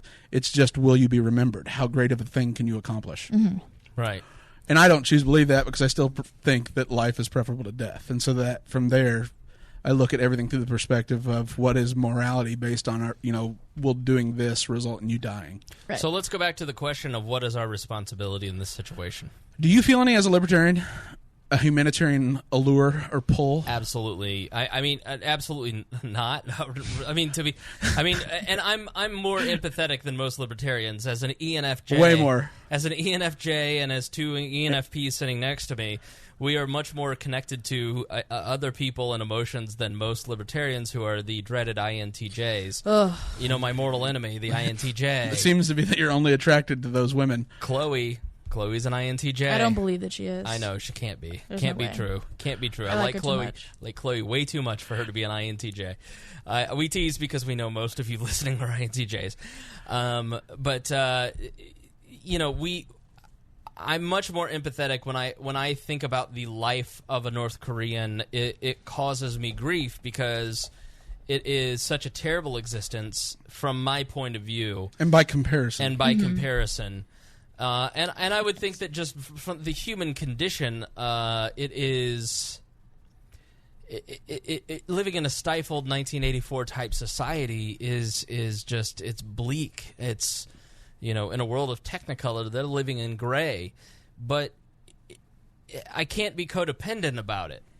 As a recovering codependent, from Jacob Sesternino says, "Did you just assume my personality?" Very funny, Jacob. Very good. Very funny.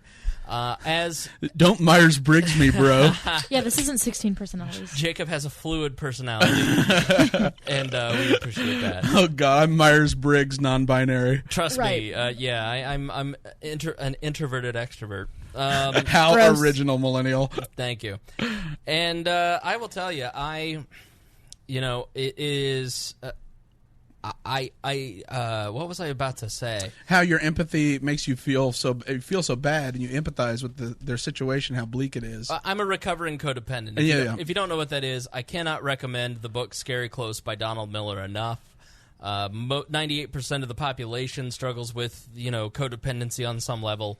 And I've talked about it in the past, and part of my codependency is just that I want to help people and I want to do things for them, and instead of letting other people learn, I try to just teach them, this is the right way, here's what I've learned, here's how you need to do it, here's how I want you to do it, this is the right way, let me fix it for you. No, you're too stupid to do it yourself, let me do it for you. Does this sound familiar, being my intern at work, Cat?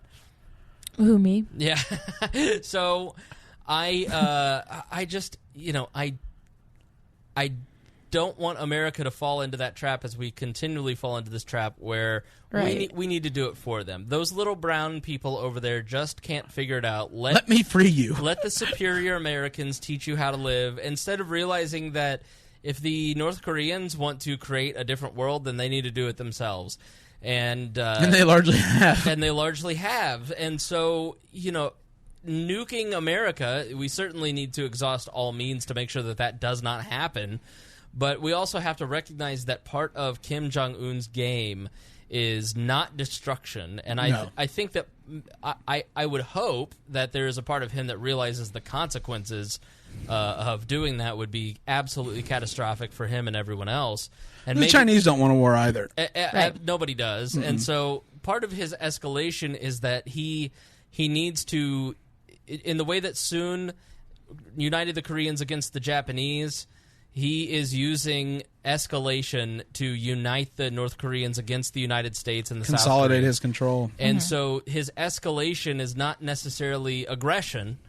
It's desperation. It is aggression, but it is not necessarily intent. Exactly. And so the problem is, though, when someone like that, you become the boy who cried wolf. What crazy notions of God Emperor does he think about himself? But you get yourself backed into a corner where someone calls your bluff. Mm-hmm. So you've spent all this time spouting off about how you're going to do this, or how you're going to threaten them, or how you're going to unleash nukes. Right. And then someone says, all right, bring it. Right. And then you're committed. Yeah. And that's when it turns into World War III. Mm-hmm. Right. I don't know. That's the danger of such a tough, taking such a bravado and, over, rather than just saying, listen, we are really struggling internally. The world becoming a digital world where we're all connected through the internet with information and the free flow of it, that is threatening our very foundation of our society. Yeah. Right. I don't know. Personally, I view it as, were we right to... just for me, it reminds me of the colonization of Native Americans because, yes, they had... My people. What? My people. Your people. Right. Because, they had, like we said, the education, type of religion, all of these things. They had all the key factors that sociologists consider to make a society to categorize successful. them as... Yeah. Right. Now they were doing, some tribes were doing human sacrifices and didn't necessarily dress in the way that I would want to. However...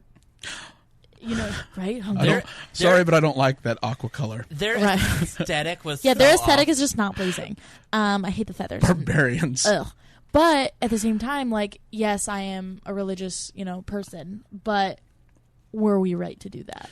That's the ultimate question. That is the ultimate question. There's no way to answer that. And yes, North Korea, I do not agree with at all, the torturing and the killing. It's and not what she told me earlier. Yeah, I was like... You're on your own, Otto. Go tear down a this. banner, why don't you? Right.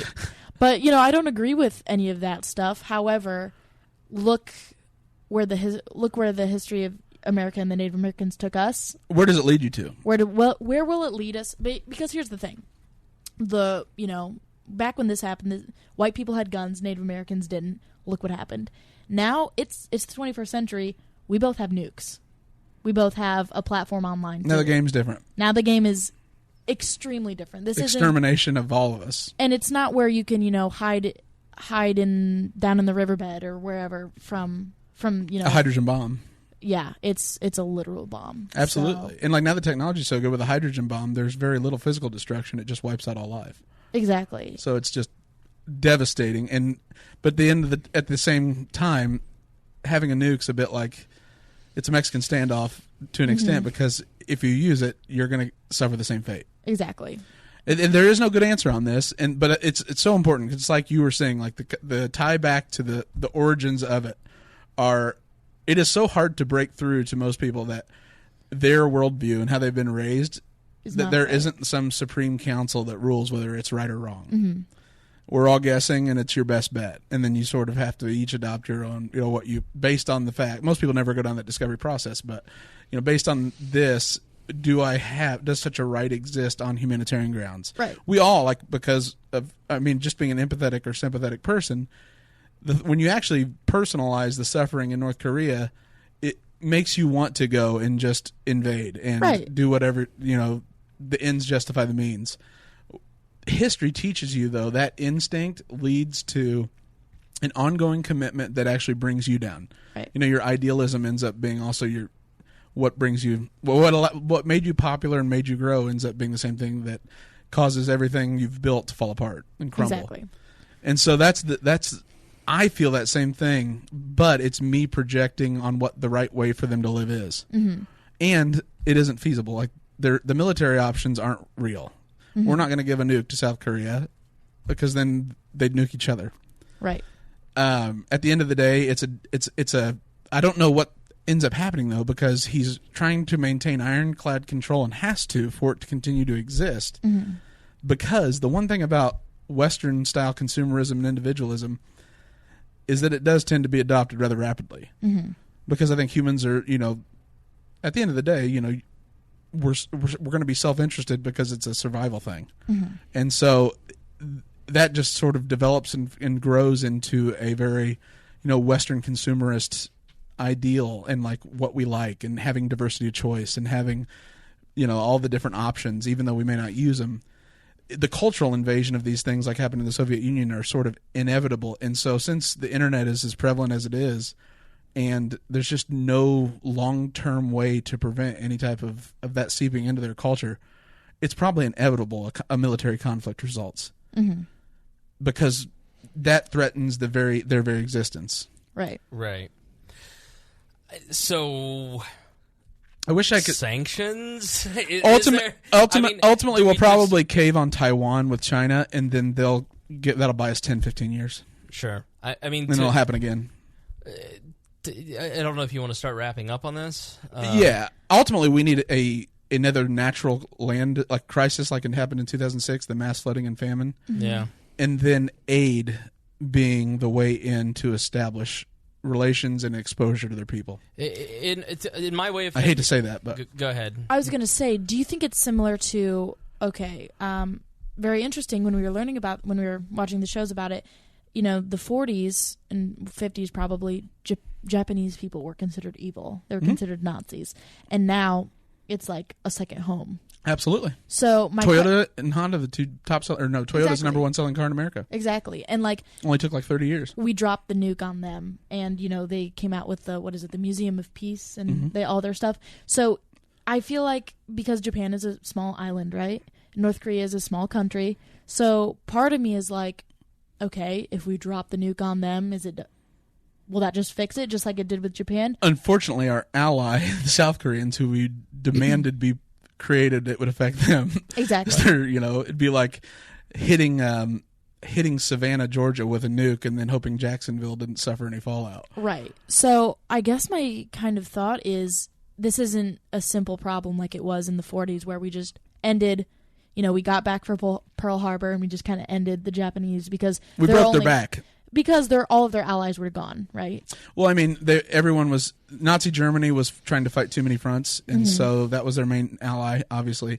And Japan grew too big too quick, and they attacked us, drew us into the war, and they weren't remotely prepared for it.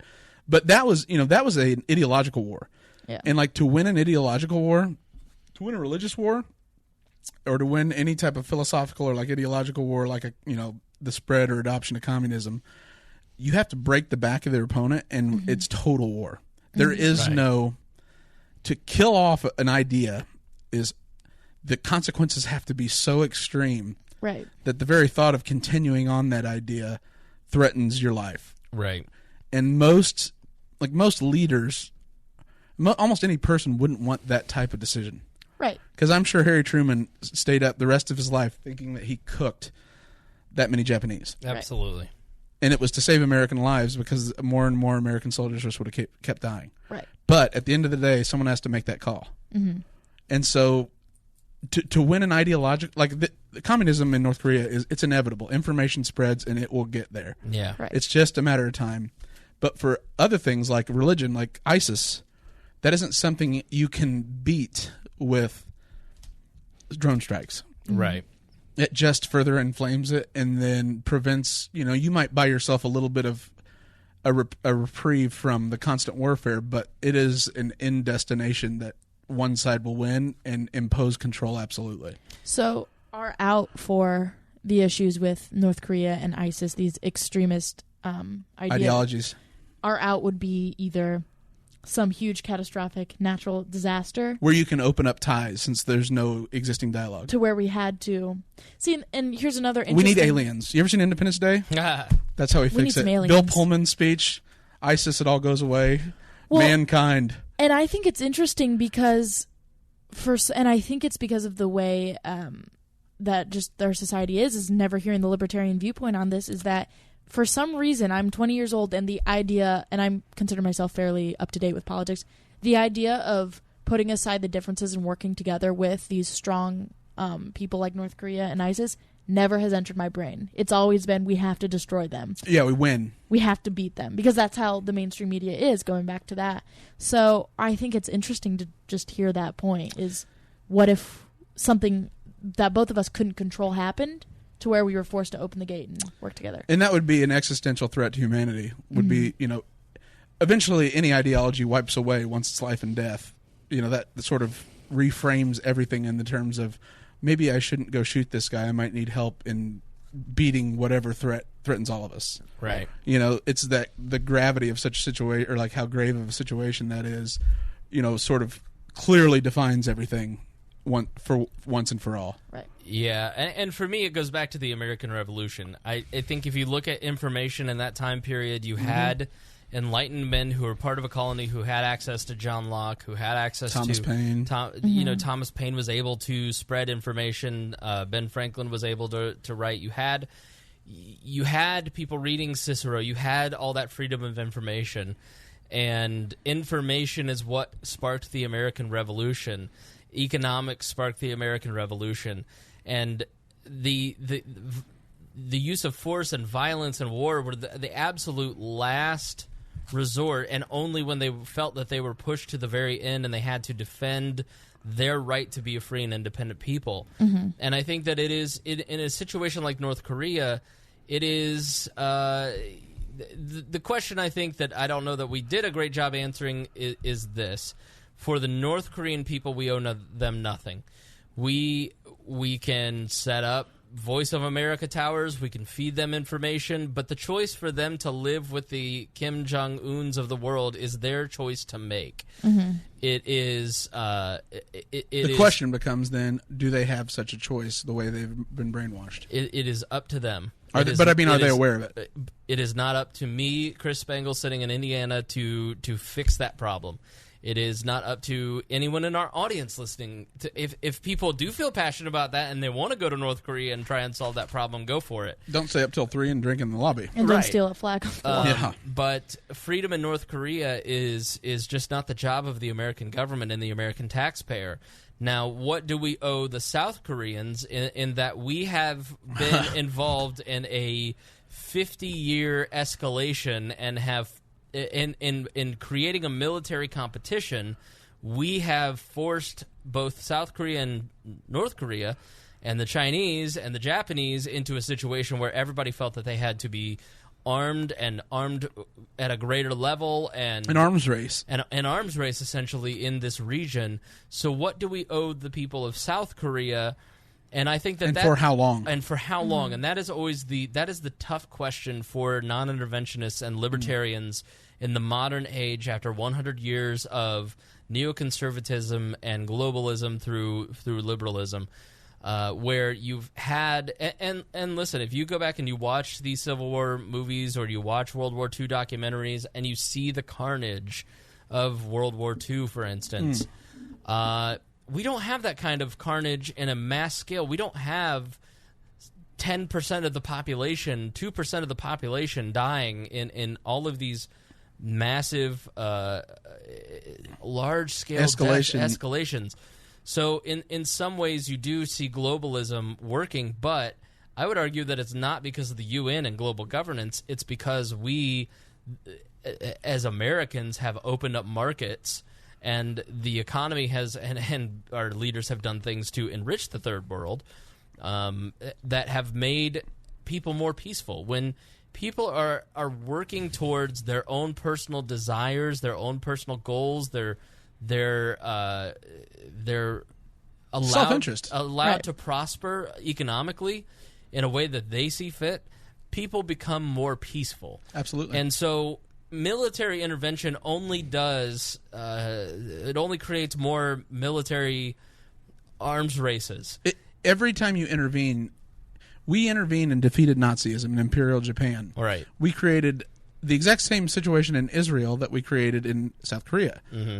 We built a Asian Israel there, right, and now we own it. And right. and then we signed a protection treaty in order for Japan to demilitarize. Don't worry, we'll sign a treaty with you, and we will forever protect you should you be drawn into conflict. Right. Mm-hmm. Never thinking that China would grow and become the rival to our world power. Right.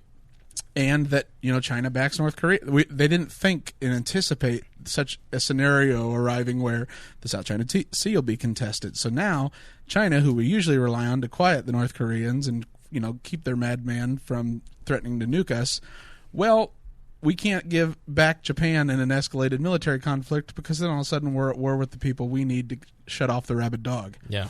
And so intervention, it's antithetical to humans to see no suffering's going on, or I guess Americans maybe more so than humans, and to not have the wisdom to know that the more good we want to do, the more harm will cause. Right. Mm-hmm. And the constant, we will own it from there on in, because it is so tough to just say, you know what, I'm going to let it go, and North Koreans be North Koreans. Yeah. There's this like an American action bias. We act first, ask questions later, because we're sure we're John Wayne. We're the liberators of the world. Right. Not knowing all the but in hindsight, knowing all the problems we're going to create. And secondly, the codependent notion that we need to fix everybody's problems just creates more and more problems. And right. And I would argue that it is America withdrawing from the world stage over the Obama and the Trump administrations. That has not caused instability. What has caused instability is the CIA interjecting itself into these situations. You look at the greater playing organic uprising, exactly, in right. rival, in countries they don't belong. And again, that's more intervention. It has nothing to do with non-intervention. Let's use the power of our free market to culturally invade. Culture and economics do far more damage to despotic regimes than our bombs do. What happened in Japan with the nuclear weapon was devastating, but to women and children and to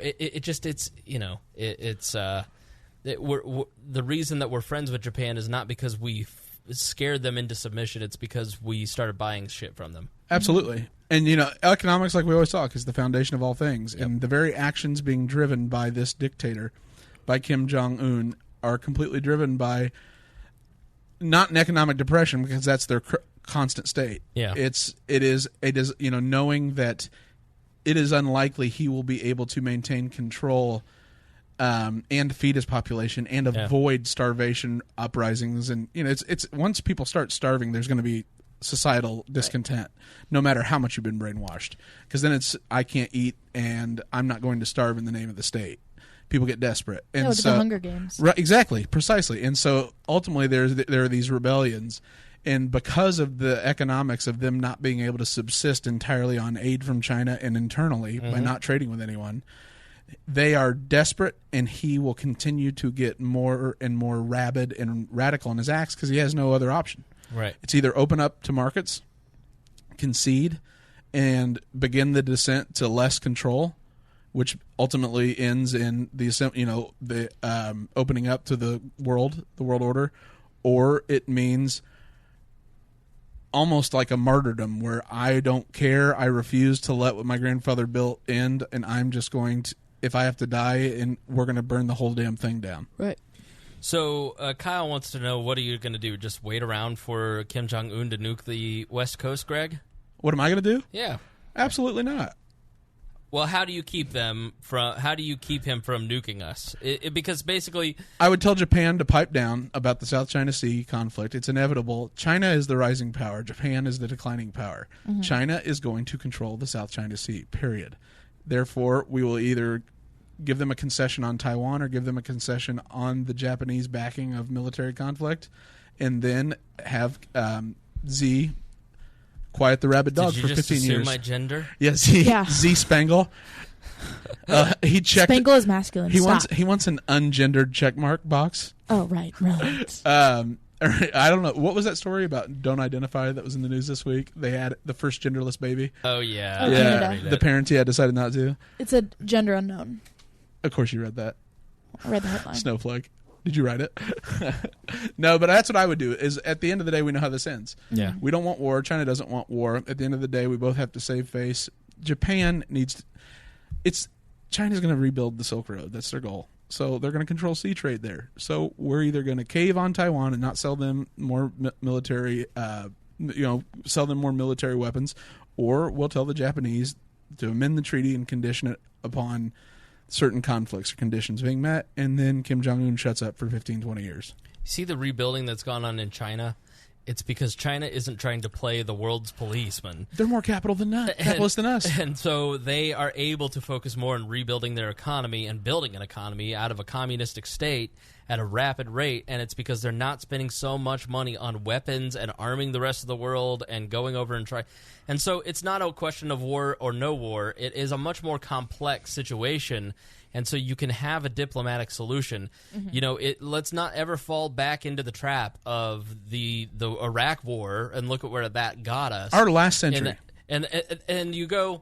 the entire last century, the entire history of humanity is war or no war. Listen, diplomatic solutions have been exhausted. There's no more diplomatic solutions that could be had here.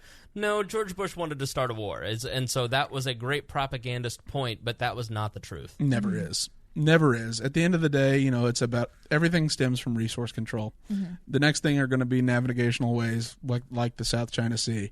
And so the bit players, people like North Korea and people like the Philippines and their leader, Scarface. Yeah. They know they're not as relevant. They know they're not the major player, and so because of that, they are backed by people who know they can control and get them to act out when they need a threat. Yeah. It's no different than civil rights. The rabid dogs that Martin Luther King was protecting regular mainstream society from or communities from. I got to tell you, I loved the movie The Free State of Jones. Every libertarian should watch that movie. Every libertarian, every person should watch that movie. I found it to be such a great libertarian movie because they have taxation in it where they go in and the soldiers steal 10% of the woman's goods. And she As the Bible allows. Right, and takes 10% of her goods. You have the use of the Second Amendment with the little girls holding rifles and protecting their homestead. You have also just the notion of what we've talked a lot about here, which is just stand up and say, you don't control me, and we're taking back our... And So the Free State of Jones is about this guy Newton. What was his first name? I don't know his first name because I had it on while I was working on the show notes too. Okay. Well, it was this. I wish. Can you look it up? Matthew McConaughey. Yeah, Matthew McConaughey is the star. Stars in this movie, and it's a true story based in the Civil War, where you have a Southern nurse, because he's a conscientious objector and was conscripted, and so he went to fight in the Civil War, and he was a nurse, and because he refused to fight because he was anti-slavery, and he's from Mississippi. He was from southeast Mississippi, and he was in the movie. I don't know how historically accurate the movie is. I'm just starting Newt Knight. Newt Knight. And I'm just about to start reading a book called The State of Jones. I got it from the library, so I pay for it. I was completely unaware of this story. Me too. Which is shocking because this is a great thing to point at for libertarians. Absolutely. And so this guy, his nephew, something happens with his nephew, and he defects. And I'm going to try and not spoil everything, but something happens with the nephew. He defects and goes back to Mississippi, and he ends up in the swamps hiding out with runaway slaves. And he eventually gets more defectors, more runaway slaves, all gather in the swamp, and then they have enough numbers. He lures Confederate soldiers who are hunting these people, and also people who are hunting runaway slaves, into the woods and gets their guns. They eventually get armed, and they are able to... they're a ragtag militia of sorts. They're a ragtag militia that eventually takes over a quarter of the state of Mississippi during the Civil War, and a significant portion, almost a fourth of it, and basically takes over all of these towns through it is the perfect example of why the Second Amendment is necessary.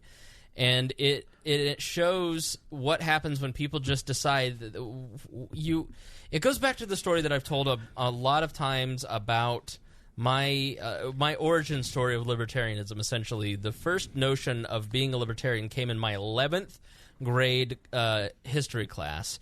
And Mr. Binge was standing up at the front of the world history class saying, "You realize that power is an illusion, right? Because there are 20 of you and there's one of me, and I'm standing up here, and you have the illusion that I have power over you. But if all 20 of you stood up and decided to walk out of the room or to murder me, there's nothing I can do about it because you outpower me. There's more of you. And you don't have to come to school. You just choose to come to school because you choose to believe in the illusion of power. And that is how government operates." It goes back to this Declaration of Independence, and I hope that over this July 4th and every July 4th, you read the Declaration of Independence, not as like a hokey, jingoistic thing, but in that not in pledging allegiance to right, it. Like just got done reading. Know what's in it? The Constitution, or Did I you? don't know. No. Oh. I tried to make a joke, didn't land. Continue. So, like, the Declaration of Independence is one of the greatest declarations of human rights, of natural rights in human history, and it is you don't like if you watch John Adams and you realize how the series on HBO, which is Paul Giamatti, it's so great, stunningly good. Any one of our listeners will absolutely love this. I watched that, and then I watched Lincoln. Which I can't even. I love. literally can't. It's my. I can't even. Right. Can't even. I literally am shaking Yeah. when I just talking about Daniel Day-Lewis' decision to quit acting. He loves that movie, But he'll much. never beat that role. And then I watched The Free State of Jones, and I was just so fully woke after this weekend. He didn't leave his Gadsden flag shirt. Oh my God. Marching around, beating on the doors of neighbors. Monday into Tuesday, I was so fucking. I rode a bald eagle to work. He was walking around his apartment's parking lot with a drum, Yeah. trying to stir up foment discontent for a revolution. You don't realize how incredibly radical the founders were, and how absolutely mad they were, and how they were like mad as in crazy. It's like the equivalent of Puerto Rico saying, "No, we're going to be independent." And guess what? We're not paying these taxes. Keep your bill. We're not paying back that debt. We're out of here. And America invading and then winning their independence by fighting the U.S. military. I mean, that's how huge the American independence was. And I spent a lot of time this weekend going back and reading a lot of revolutionary writing, and God, you forget how libertarian the founding of this country Oh my was. God. And when you go back and read the Declaration of Independence, it is such a libertarian document. It espouses the true foundation of what libertarians believe, and that we have a right to stand up and walk away from the powers that we perceive to be over us. When they stop providing for your security and best start interests. infringing on our liberties, which are given to us by nature or by a God. And you have the right to these certain things that are all outlined in the Declaration of Independence, and you realize how far we've come from the founding and how absolutely radical this government is compared to the Constitution and It the would way that make it was written. King George blush. Absolutely. And so these guys got mad at the idea that they had. I wonder what the actual tax rate. Oh, that's the thing is, if we had prob- taken the deal on the table from the British, we'd have been financially better off than if we'd declared independence. Absolutely. I mean, it's stunning how the tax rate probably was 5%. It was less than 10%, I would imagine. And they were like, nope, fuck you guys, we're out of here. I mean, it's just insane. We're those stubborn, rebellious, independent libertarians. Yeah, right. We really were. And so the Free State of Jones, going right into that, you see it, and these guys, they band together and use their Second Amendment, for MartinArmory.com. To give They actually sponsor the entire Second Amendment. If you go to the Smithsonian, it says MartinArmory.com. It's a free ad. Brought to you by MartinArmory.com. They supplied for the not the movie American we just Revolution. watched. Yeah. But That revolution. Yeah, right. People go, you know what? Like we've talked about with, who was the guy in New York City that basically said, I can't breathe, and Eric Garner. I can't breathe, and that was a man who had his rights snuffed out. Trying to sell a homemade cigarette. Basically a farmer's market for tobacco. Exactly, and he had his life snuffed out by an oppressive government over nothing. He was killed over nothing, and that was a revolutionary cry, and I think that is why so many people see the things like Philando Castile and Eric Garner, and they get up in arms and they form Black Lives Matter. And you watch this movie and you see how bad it was for Black Americans after they were literally property. They were literally property. Go to the store and buy. Even after the Civil War had ended. Right. Absolutely. I mean, The apprenticeship. Were you surprised by that? Yeah. Because like I said, in school you just learned that, Abraham Lincoln was great and Freed the slaves? Freed the slaves. Everybody was that happy? was all the Civil War was about, not preserving the Union. And then once the slaves were freed, they just were great, productive members of society. Full integration right off the bat. Exactly. They just were great people. Well, I just think it's interesting, one, about how interesting Abraham Lincoln was to invade first. You know what I mean? It was a war of northern aggression. I joke about that all the time, and so do you. Yeah, absolutely. It was a war of northern aggression. But going back to the whole morally, of course, if this were talked about on a bigger platform, people would be like, you guys are so racist, believing the Confederate. No, obviously, moral out of it. But, yeah, they did it first. Also, I think it was interesting how the South created all of these, apprenticeship, 7 years, you're still kind of like... Transition. It's a probationary period to get right. full. Yeah, indentured servitude. And how pay off your debt. I bought you. Exactly. I was explaining to her that if you really study the civil rights, you didn't have any black people registered in these southern states in the 50s and 60s. I mean, if you really go back and study the civil rights era, you realize that in 1950 and 1960s, the black people in this country didn't have any rights, and they were treated as poorly as they were when they were during Reconstruction. I mean, and so the absolute injustice, that's why I look at things like the Civil Rights Act and I go, okay, well, people aren't allowed, what is it, the 13th Amendment that is the right to vote for... No, the 13th Amendment is what if the Confederacy was going to accept peace and admit or concede or whatever, that they wanted to be admitted full status back in time to block the 13th Amendment, granting them full citizenship. What was the amendment that allowed the right for every man to vote? 13th. The 13th, okay. Well, if the 13th Amendment isn't being upheld by Mississippi in 1967, then isn't there a duty for the national government to protect its laws? Because that was one of the problems with the Articles of Confederation, is that it had no teeth. No national centrally planned authority. It had absolutely no ability to to enforce what the protections listed. The Congressional Congress, the congressional body said, and so that's why you had the formation of the three branches.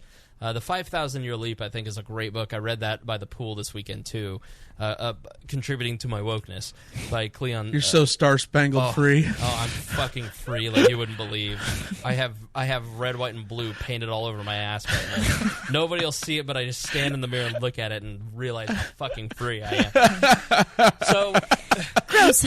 So you have, but you have when you look at secession, you look at it and you go, okay, is fighting to free slaves in the southern states within your own country a just war? I could argue yes. Is if you read Thomas DiLorenzo's book The Real Lincoln, and he kind of outlines the problems of why Lincoln was actually the worst president. And it's alluded to in the movie where he's like, I have immense power, I'm clothed in immense power, and I'm the president, and I will have this.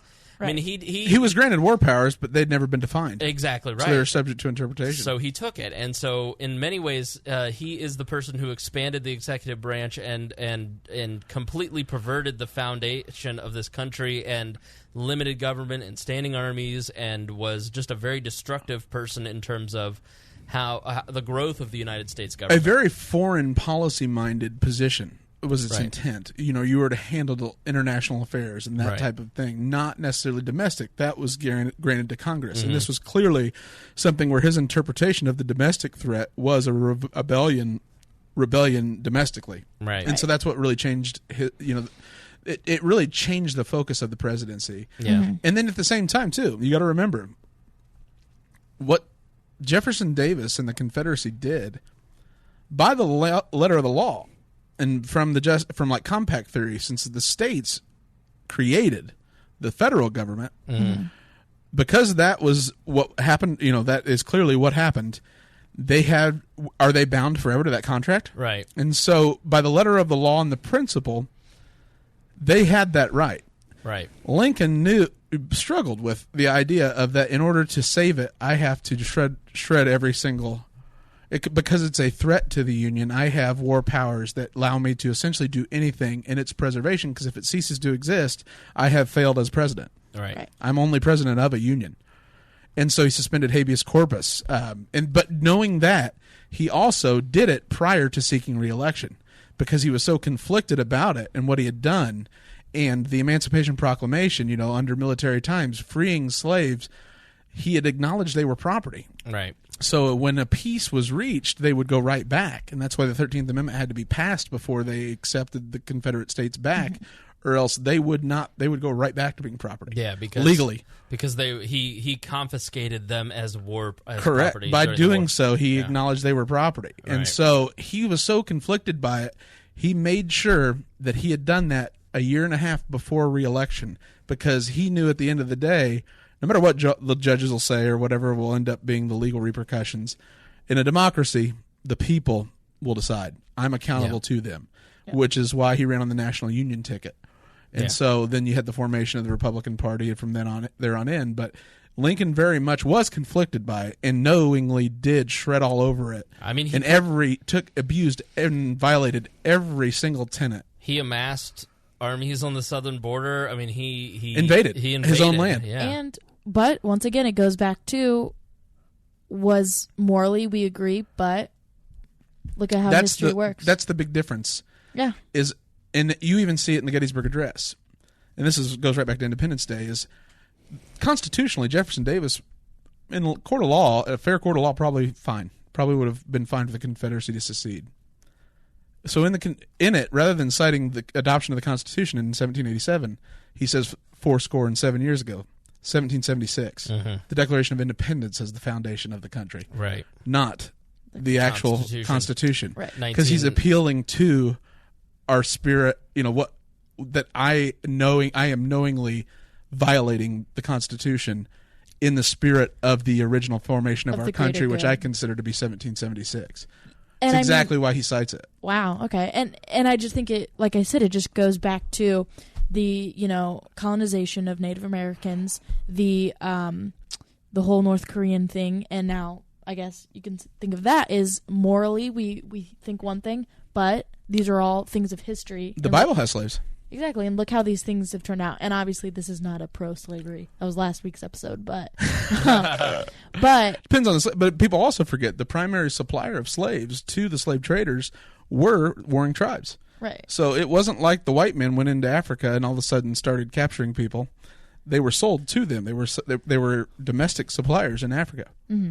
so I don't know. I just think it's, like I said, this whole episode has been wrapped into the question Foundational principles, yeah. of what is morally, because I think every sane person can agree, obviously, that, slavery is terrible, what's happening in North Korea is horrible, and what we did to the Native Americans sucked. But Not the casinos. not the casinos, right?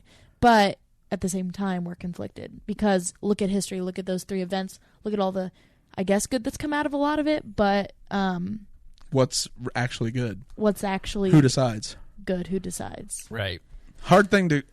Actually, most people never want to take that question on because there's nothing at the bottom of the well. And it's so controversial. Yeah, and especially in today's age. You could not say that. You know what I mean? oh yeah, because it's so easy to craft a message against saying such a thing.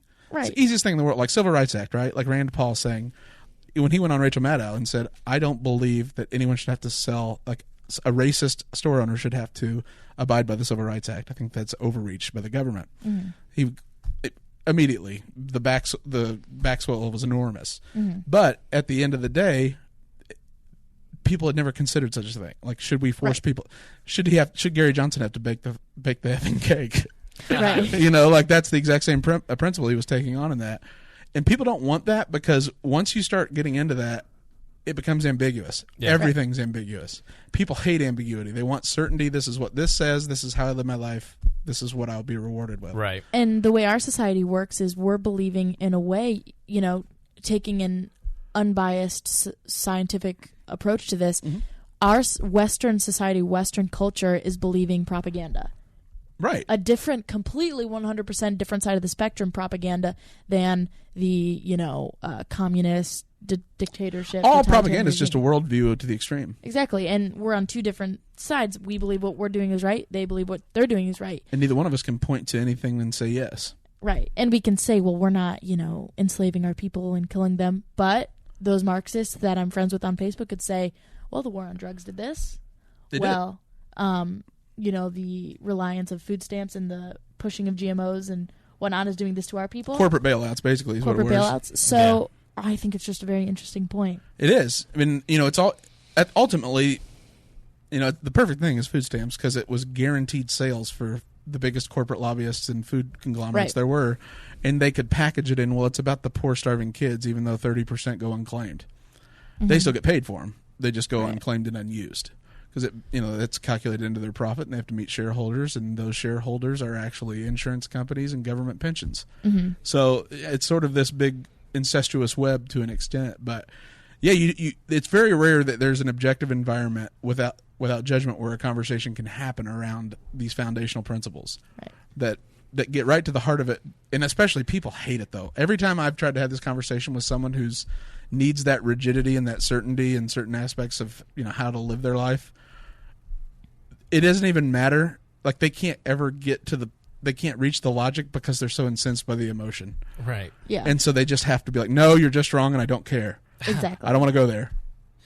Very interesting. Yeah. So what do you think of the movie, The Free State of Jones? Yeah, I thought it was really good. Like Spangle said when we were watching it, there's not a boring moment or a slow moment. I thought it was great. He's so good as an actor too. Like he was so good as I that didn't even role. know that was him. I know, and usually he's so not like well. that. I know. It was incredible. No, I thought that was a great movie. I thought it really showed a side to, and of course it's a movie, but it really showed a side to history that you're not taught. And it was a real story. And it's a real story. You're not taught about the human nature. Right. Like, these acts of rebellion are never advertised because, like, the thing is that most cultures don't want to, like, point to, oh, they decided no. Like, America's kind of different in that, like, our thing was no. Well, why like, we were conceived in rebellion. Right. We have the collective good is always promoted, and standing up to government and saying no is not an idea that is often promoted.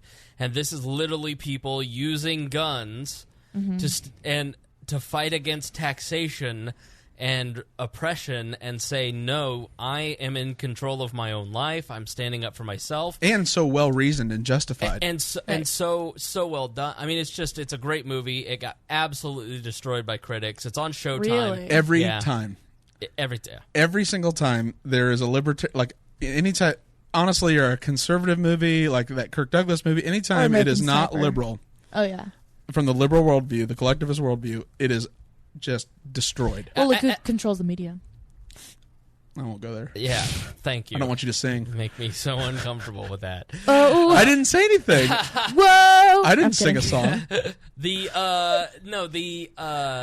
I wouldn't say it's a libertarian, conservative, liberal movie. It's liberals will like it because it's like it's fighting the racist agenda, and You project onto it whatever you want to take away the from it. protagonist is definitely anti-slavery, pro-equal rights in a time when, you know, he was literally risking his life to stand up for black people who were not considered human beings by the majority of the people that he lived around. He took people to vote, and there was almost a mass murder, and it shows voter fraud by Democrats. That's never allowed in a movie. I haven't seen Democrats this pissed since I freed their slaves. Right. The Abraham Lincoln meme.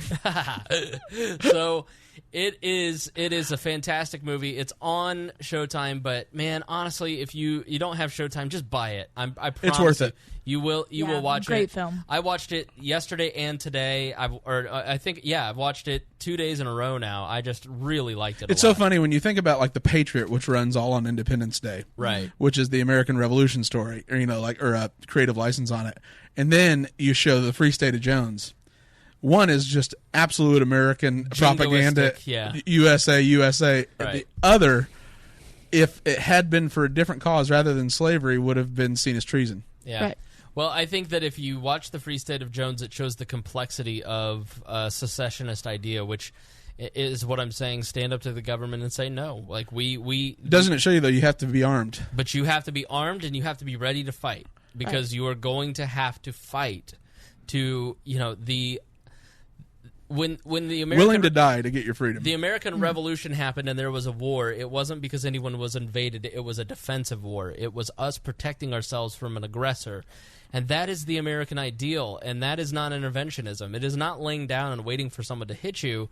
It is not going over and building military empires in Korea that cause problems for the next 100 years. That's what we revolted against. That's exactly what the right. empire did. We have become the colonialist. We have become everything that they argued against in the foundation of our country. Foreign entanglements. And, Go watch John Adams now and put yourself in the mindset of a pro-English person, because that is the government you were arguing for if you were a Republican or a Democrat. And the concept that you would invade other countries or force other countries or supply other countries and use military force as your first go-to or as the guiding principle of the government is something that has brought us to financial ruin. And it has for every other empire ever. It has brought the British Empire. It put Britain into such a vulnerable position of World War II that Winston Churchill knew that he had to bargain away the British Empire to Franklin Delano Roosevelt, and Roosevelt knew that he was asking for all that territory and forcing the British to give up their colonial ideals and fundamentally changing the British people. And if they had never asked the Weimar Republic to repay all the debts at the Treaty of Versailles and the collapse of that empire, you'd have never had Adolf Hitler. Absolutely. Right. And so colonialism bad, but it always leads to your destruction. Always leads to your destruction. No matter if you're the winner of the first, it will lead to your destruction like it did for Churchill in the second. Absolutely. So this has been a good show. So let's start wrapping up. That was a great selfie, Cat. Cat Anagnos. It wasn't a selfie. It's a hair check. No. I will commend Cat. She's one of the most curious people I've ever met. Mm-hmm. Sorority girl. But you don't like that term, and yet you are. No, she just doesn't like me calling her a lesbian on the podcast. Sorority girl. She's curious. Oh, gotcha. The stereotype. Gotcha. Right. I was playing off the stereotype, not a truth about her personality. I just thought that you were assuming all sorority girls were lesbians. She's a good child of God. So No. Oh, God. She takes notes on things that she wants to go and look up later. And she's just one of the most curious people that I've ever met in my life. Don't ever lose that. Yep, Nope. Ever. Most people don't have it. Although it's a rare gift. That probably was a selfie, wasn't it? No, I was No, checking it the wasn't. Facebook She was comments. checking something else. I was just... Jeez. They're all after me. Because we're the three best friends. We're the three best friends. What? Oh, my God. No, yeah, great episode, great movie. I really liked this topic. I like how it just all tied back to the original How we got back to the bare news bones, thing. yeah. Yeah, it was very interesting. Yeah, It's a good definitely. episode. I enjoyed it. You think it was good? Good job. Papa Bear, Good thank job you. staying Thank you. engaged. Of course. You didn't fidget nearly as much this Oh, episode. no, that's why I had to go pee so bad, because I've been just drinking all of my water, and I'm just like down here under the table. She's got her fidget spinning at levels you fiddling- wouldn't believe. Fiddling with my charger. It's been It's been very difficult for you. Yeah. Thank you for suffering. Look at my through She's like a duck, I placid keep- on top, but underneath the table. I know, just everything's... Well, I'm surprised, Greg. My leg is, like, shaking so hard. I was like, I didn't know how you didn't feel it. I did, but I was trying to be professional since so many Oh. people want this to be quality content. Right, Yeah. right, Hence me right. not having to use the restroom in the midst of the show. I'm so sorry about that. And then I revealed the spice rack behind. Frank's Red Hot. You remember when she wrecked the show, Greg? I remember, but I brought it all back with my question. Yeah, I remember when you invited her to join work and We're then the let it three spread. best friends. We're Oh the my three God, best grease friends. stains on the We're all- back. I know. Why does my shirt smell like Lay's? Hey, See what's so funny? Like, Greg is my partner in this, but it's very much partner. sexual partner. Why? Is Phyllis- there something wrong with that? Yeah. Yeah. What? No, I'm kidding. No, Greg is very much my partner in all this, and has made many sacrifices to be a part of this podcast, known and unknown to me until today. But and so even like on little things, I'm always like, "Hey, what do you think, Greg? What do you think?" But then like the big stuff, I'm always like I just don't even think about it. I'm like, yeah, I don't even. I'm like, Well, I'll be fine with it, because we both focus in different areas. right, exactly. But I'm That's like, why it works. But I'm like. Yeah, Until her. I'm like, you know what? Some of the best episodes that we ever had were with Gina Martinez They back were. in the 30s in 2013. In the 30 and 40 episodes, you go back and listen to those. Gina was somebody who challenged us because she didn't know a lot and she was thinking about this stuff and Totally emotion driven. Everything she felt was her position. right. And so since Gina left, we've been looking for like a female co-host who could add a female perspective, but at the same time could hang and could also add a lot intellectually. We didn't know she was going to write songs about it. Right. Right. And so like They're still looking for that person. I'm filling Or in. find her mustard gas dating history. Right. So for like a year or more, I've been after Kat to come on the podcast or come to a party or intern at the day job or, be a part of this because I know how funny she is. Very funny. And I know how funny and charming Chloe is, and Chloe was great. And Chloe was going to be our female co-host until she no-show Anagnos us. She went to the damn Rimzo Republic. And Never heard of him. No, exactly. And so, RJ's awesome. He listened to the Rimzo Republic. It's a great podcast. And so when Kat and I started hanging, I was like, oh, she's going to fit in great. She's smart. She's curious. She's going to add a different perspective. She's on the other millennial spectrum, on the other side of the millennial generation. Like this is just, and she's excited to be here. This is her favorite day of the week, is it not? Yeah, I like it. Sorry, was that my cue? No, it's been great. I've had a good time. I've learned Good. a lot. And so Been enlightened. So I'm like, yeah, you can be a co-host now. You can come on any Thursday you want, which is what I really say to like pretty much everybody. You do? I do. I say, come on any Thursday you want. She's just brazen enough to take the She's invitation. literally like, She had no idea that it was just like a throwaway invite, No. and then no. next It was a formality, a pleasantry. next thing I know, she's on Facebook going, I'm the permanent co-host. Yeah, because I want attention. I know. And I wanted people to think I'm a part of something that's A bigger. libertarian podcast. Part of something that's bigger than a fake studio in the back of the kitchen. It's No. like the Wizard of Oz, the guy behind the... Yes, No, he's pulling the strings. I it's just- actually Bittner back there pulling our strings, the puppet master. No, that's a joke. Kat, I said, Kat, I'd love for you to be, I want you to do this. You want to do this. Come on. That would be great. And I never really thought even like, I should probably ask Greg and see what he thinks. I was going to be fine, but I was I going to... Oh, God. It- Sharing microphone. Oh, my God. like, Oh, my God. And then, like, he made a cutting comment at the party. What was at the party the other day? About how Spangle put out a saucer of milk, and ever since I started lapping Did it that up- get to you? No, it didn't get to me. It was so funny. It was like, I'm not okay with this. I didn't even have a say in this. And, like, we both get in the car and go, I forgot to mention this to Greg. And Kat goes, do you think he's mad? I was like, I hope he's not mad. It was hilarious. I can't stand you, but yes, put the saucer inside. Then we started like scrolling through your like tweets to see if there was any passive aggressive tweets about around the time that I became a co-host, saying like, "Wow, I guess people just walk all over you." Hashtag Starbucks. No, I'm confrontational, which is what people hate. That's why I'm Yeah. always in trouble. I got in trouble today. Didn't even unintentionally outrage somebody. What'd you do? Jeremiah had posted that news article about cannabis oil or whatever, Yeah. and I just wrote, potheads, all caps. And sure enough, someone he knew, A normie. had a daughter that needed it, like, to function, and then got me into.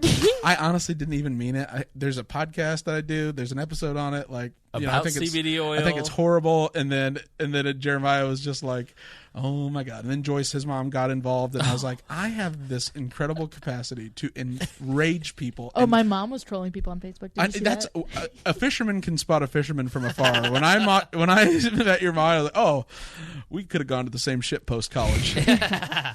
So, no, it has been great having Kat here, and Thank she's you. been a Yes. great addition to the show. And We're the three best friends. so We share a microphone. So after she was on a couple times, the reviews, like, people were talking positively about Kat. I'm yeah. shocked. I And- never and- did that. You should and read so- my high school yearbooks. And so when our audience says something positive about one of our co-hosts, they like you. I think it's because they liked my song. We need it though, because we're getting older, or like, not that we're like old guys, Yeah. but like you just lose touch with like what's culturally popular, and so like, and then the experiences you have with all your friends, like, I would love to be able to just go poll people at a college university, but that opportunity doesn't exist because you're that creepy guy with a clipboard. Right. Like, you know Hasn't what I stopped mean? a lot of people. And most of them don't even know how to respond to the question, so they just fake it. Right. And so you can kind of get that commentary as someone that is their peer. Yeah. Right. Well, So- I'm the pop star of Liberty. What can I say? That's right. We found a good name for her, the pop star of Liberty, after her smash hit, the Hitler song. I'm going to make a SoundCloud account, and we're going to have parody I'm actually songs. shocked you don't have one. Well, it's hidden, but no. Like your Tumblr. It's Hey. her digital mixtape. Yeah, my Tumblr, which Harry outed me. And then It doesn't exist anymore. Yeah, because I changed it. Because I didn't realize. Long story short, I have a Tumblr account that's a straight up Taylor Swift fan page, and we were in the wall chat. We were all joking, and they said something about my secret Tumblr, and I said, I said I was going to commandeer it and take it over. Yeah, and I said, yeah, you'll never find it. And then 3 seconds later, Harry types in www.catanagnos.tumblr.com. It's like he had access to Prism and like, But and like here's pulled the it up. thing: he probably just Googled it because after It's your name. After I posted that, I was like, "Oh my god, my @name is literally my name." I was like, "They're not." What gonna are the check. odds that if I put my name.tumblr.com and someone searches my name in Tumblr, that would be the first result? Well, then I was Stunning. like, "Oh, that's not that bad." And then I started scrolling through my Tumblr, and I was like, "Oh, this is embarrassing. Like, this is What's on the Tumblr? like just some rabbit hole stuff About Taylor Swift conspiracies? something about that." But I was just like, a rabid Wait, pack wait, of wait, wait. lesbians. No, no, just like the things that the people I follow would post stuff, and of course that showed up in mine. Whatever. But I was looking through those, like, "Oh, this is embarrassing. I gotta like." She's hide a it. little bit shady, to be honest with you. Well, I mean, she has like this dorkish, this obsession, which Yes. like for us is libertarianism. Right. It's Us just just- saving the world with liberty. For her, Right. it is an individual, and typically that would be something that would be perceived as a stalkerish behavior, not exactly Right. widely acceptable. So I understand her need for her to feel the need to hide such a Yeah. It's No, I get it. unusual just- obsession. It's just one of those things. It's like if I was a part of a Facebook group and somebody found my post, it would be quite devastating to my social So- circle. If you were doxxed by CNN, right. So I So, hid it. you created the Taylor Swift. So I hid it. I'm sure that Harry will still be able to find it, but yeah. I hid it. We are Libertarians listeners. You have a challenge. Oh God, Please. no! Please don't.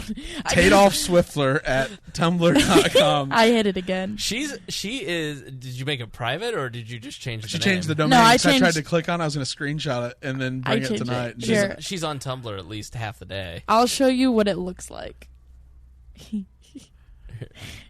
Okay, this is literally what it is. All right. Oh, dear Christ. Let me. This is not doing No, anything. you for don't the want to radio. show this. I'm not going to show it, but let me. You trust me, right? You know, I'm not going to give away any personal information. It's like a Okay. creepy Let me- Pinterest board of Taylor It's Swift such a things. creepy- Give me your thing, and let me describe what is on here. Remember keep the Boston scrolling. bombing when Redditors put all the collated all the pictures together and found, that's All what right. she's done with Taylor Swift's life. All right, so we have a very aesthetic photo. We've got a Harry Potter post. We've Your got Harry Potter thing. Oh, I'm embarrassed. we've got another very aesthetic picture of flowers. We've got Taylor Swift. We've got a lot of aesthetic photo, a lot of pretty photography on here. A lot of Taylor Swift photography. You're very into aesthetics, aren't you? Yeah, I just was trying out this new thing. If you scroll down, Trying out a new thing. What is the new thing? Like just being aesthetically pleasing. But those pictures, I was seeing these pictures, and I was like, into the mic. I was like, if Harry sees these, this is embarrassing. I don't feel like any of this is embarrassing in any way, shape, or form, though. Let me show you this one part. Okay. That's when you know it's going to get good is, let me show you this one part. we Now that's what I call autism. Yikes! Is it not hilarious how that has like taken off as a term? Oh, it is. We just got our. It's a lot of Taylor Swift gifs, but like, Kat, you're a 20-year-old female who's a sophomore or a junior in college and in a sorority. Like Junior by age, sophomore by credits. right? That's kind of what we would expect your Tumblr to look like. Yes, but you Fewer didn't. selfies. You did not read the tags, where I tag things like #majestic and. Oh well, yeah, but Right. that's No. fine. I have a secret life. It's fine. It's okay. Yeah, your secret life where you have meetings. Okay. We got into it yesterday. I was like, you know what? Kat and I have a great open friendship, and we tell each other a lot of things, and it's very, I don't feel like Kat has Free ever exchange of information. yeah, exactly. It's nice. No to judgment. Right. It's like the Yeah. friendship you and I have. It's Yeah, like I don't judge you for anything. Like and vice versa. you accept me for my Hitler sympathies. How can I judge anybody? right. And so Kat and I have, and that's why this partnership, the three of us, is going to work until yesterday. And we accept her as a co-host, and Friday night, tomorrow night at PopCon, a pop festival here in Indianapolis at 7 p.m. tomorrow night, we've been nominated for 2 podcast awards. At 7 p.m. we're going to go and accept our 2 awards, or else I'm going to throw a fucking fit. and I will be recording it. Publicly apologize. So Fake news. Yeah. Popcorn is this fake like news. the Oscars? So I hey Kat, you're a co-host now. Greg's going, Harry's going, Christy, our superfan's going. You want to come with us Friday night? And you go to it, and she goes, I just have a thing. I go, what do you have a thing? She goes, I have a meeting. I go, you have a meeting on a Friday night? Yeah, it's a sorority thing. I have a meeting. I go, wait a minute. Don't jump in here yet and fact check me, okay? You have a meeting with a sorority at Friday night. Yeah, I can't talk about it. It's super secret. I go, sure it is. Now, Greg, if you were Kat and you were lying about what you were doing, Oh my God, you bad. would immediately jump. I've got a sorority thing. Yeah, that's what I got to do. And I go, do you have a date and you just don't want to talk about it because you don't want a million questions about the guy? And she literally goes, a date. which she was so genuinely. It's just so sad. She genuinely hysterically laughed at the idea that she would have a date on a Friday night. Is there a chemical gas making dating site? Yeah. Yeah. Part of it. What is it's funny because she's a beautiful, smart, Thank you. intelligent woman, and she doesn't Literally laughed out. I LOL. Literally LOL. Greg's about to spell. It was the only genuine thing in this conversation. It was her going, date. And I go, okay, well, we'll cross that off the list. I almost ROFL'd. She rolled on the floor. She laughing. goes, let's be real. And I go, oh, yeah, Libertarian podcast. Yeah. Trust me. The minute I joined this podcast, it was just defriend. Yeah, no. Well, you know what? your track record of flipping. Right. You know what Kat and I do on Friday and Saturday nights?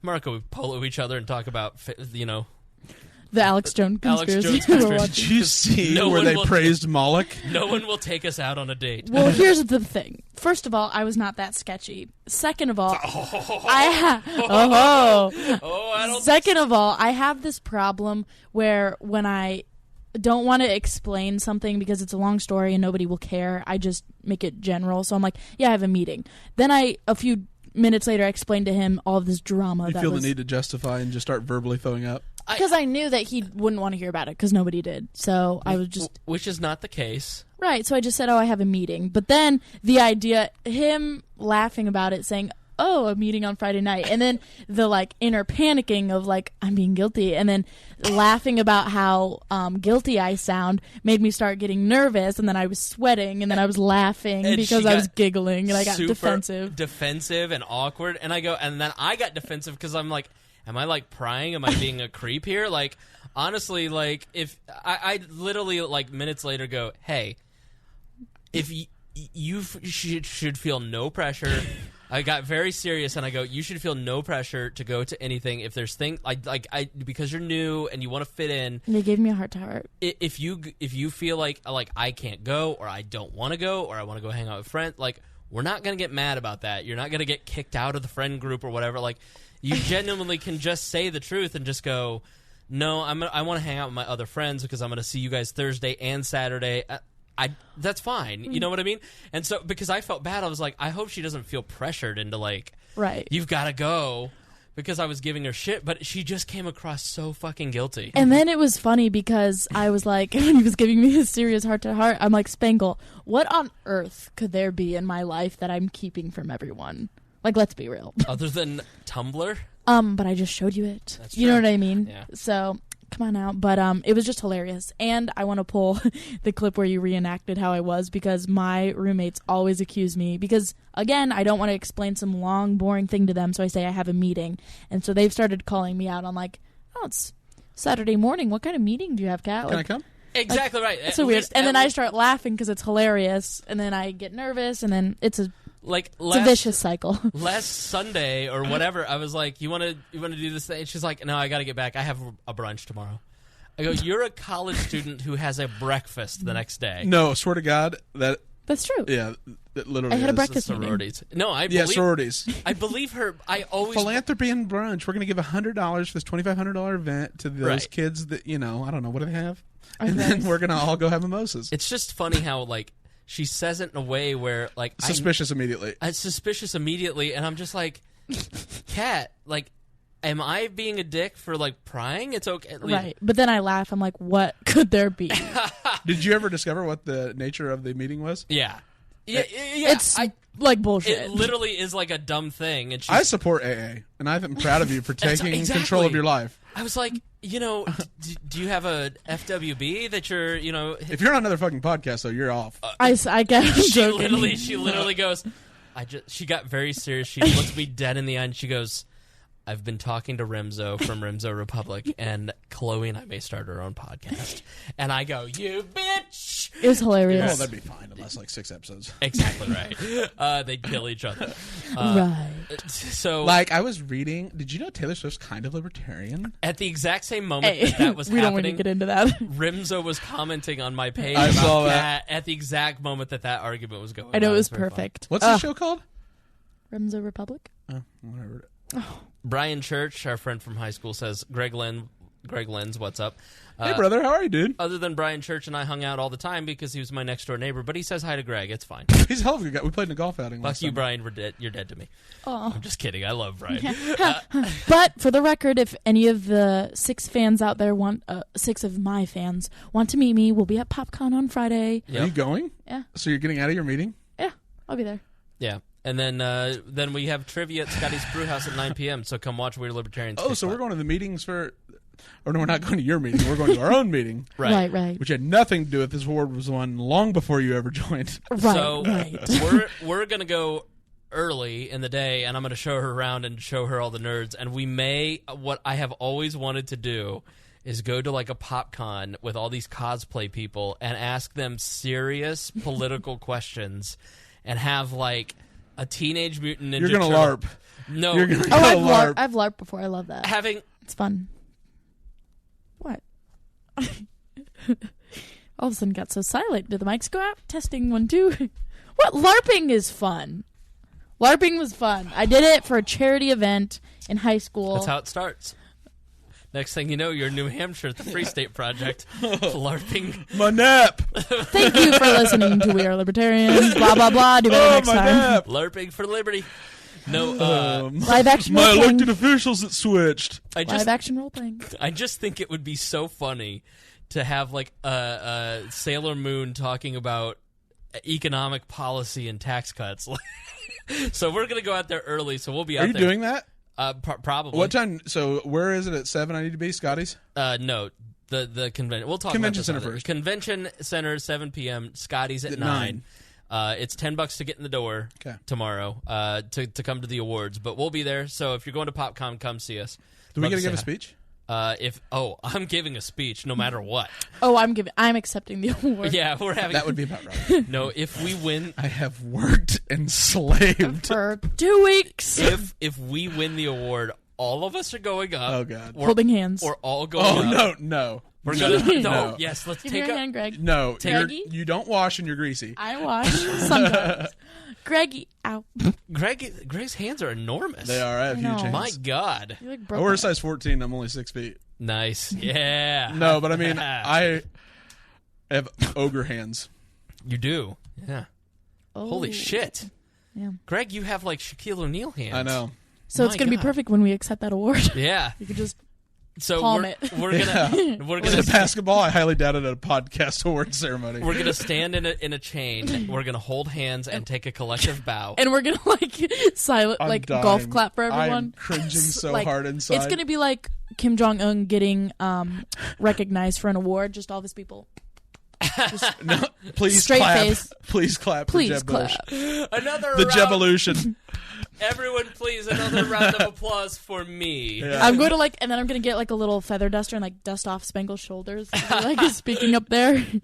This is just gonna be. And if and if we don't win, if I don't win, I'm going to throw such a fit. I'm going to stand in the middle of the aisle. I'm going Fake to news. lay on the ground on my stomach. I'm going to bang my fists. I'm going to go full Varuk assault. I want my own, Daddy. Oh We're my going God. to I no. almost hope that happens. Greg's going to go up there and be like, "Popcom is fake news." Yeah.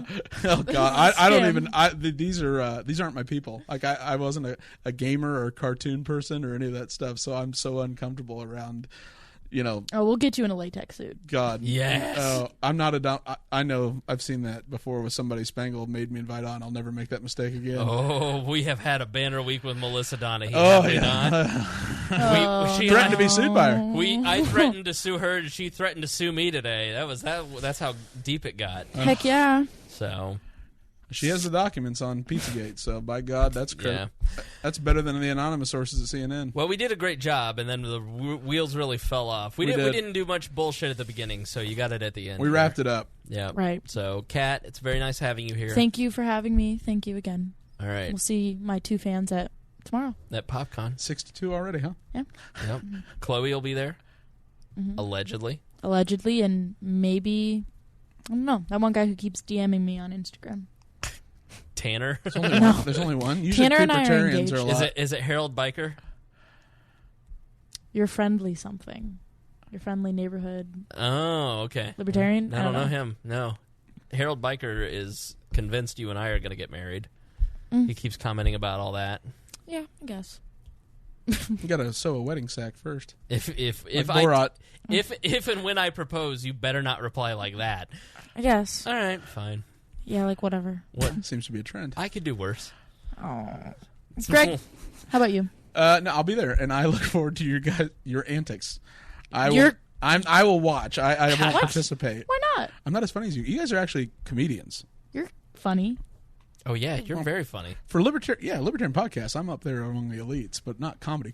No, I think you're funny. Not laugh out comedy-wise. loud comedy. No, I LOL at your stuff. I can do snark from time to time, but in front of an audience, I'm going to leave it to the pros. Okay, well, we'll take the reins. Now's your time to shine and take all the credit for 5 years of hard work. Right, that I've just been here. And the great part is if we win, all of my Facebook friends will I'll get my sorority will shout me out. It's like I did this and it's going to be delicious. And I'm milking it because it's so funny. You like me. You really like me. Oh, God. Spangle. Yes, ma'am. Your final thoughts? My final thoughts are thank you, everyone, for being here. I appreciate you all very much. I am you and you are me. You are the state. I had just pulled up Jennifer's name. I want to thank a few people for helping us out. As always, we have so many people who are so generous to us and do so much to help us grow. We have so many and so many monthly contributors who help pay the bills on Patreon and on PayPal. You guys, I do not, and we do not give you enough thanks, and do not do enough to thank you guys, and I apologize for that. I am aware of that. It's just so hard to get the content out and get to do everything that we need to do and everything I want to do. But I want balance them all. I want you guys to know that if you do make a monthly contribution, I know you're listening because you guys listen to every single minute of the show, and you guys support us and love us so much, and we thank you so much for that. And I just appreciate our monthly contributors. Without you guys, we probably still wouldn't be doing it. No, there's a 100% chance we would not do this if we didn't have monthly contributors because it's just too expensive. It is now operate. way too expensive for us to do this. When you guys donate, that allows me to buy the equipment that we can do a video program so you can share just the content you want to share. Mm-hmm. We're taking the video and segmenting it out. I'm segmenting out little pieces. All that's on the YouTube channel. Really, our intern should be doing that. Honestly. I'm not the intern anymore. So, shit. Yep. We need a new intern and not Colin Schaefer. So I totally forgot you're not an intern. I know. Sorry, buddy. You're a person now, not property. Mm-hmm. So no, we have the ability to do so much more and create more libertarians because you guys allow us to do that. You guys are so great to us. I want to thank Jennifer Himmelberg. She sent us some SD cards. These little things like this. She went to our Amazon wish list through wearelibertarians.com.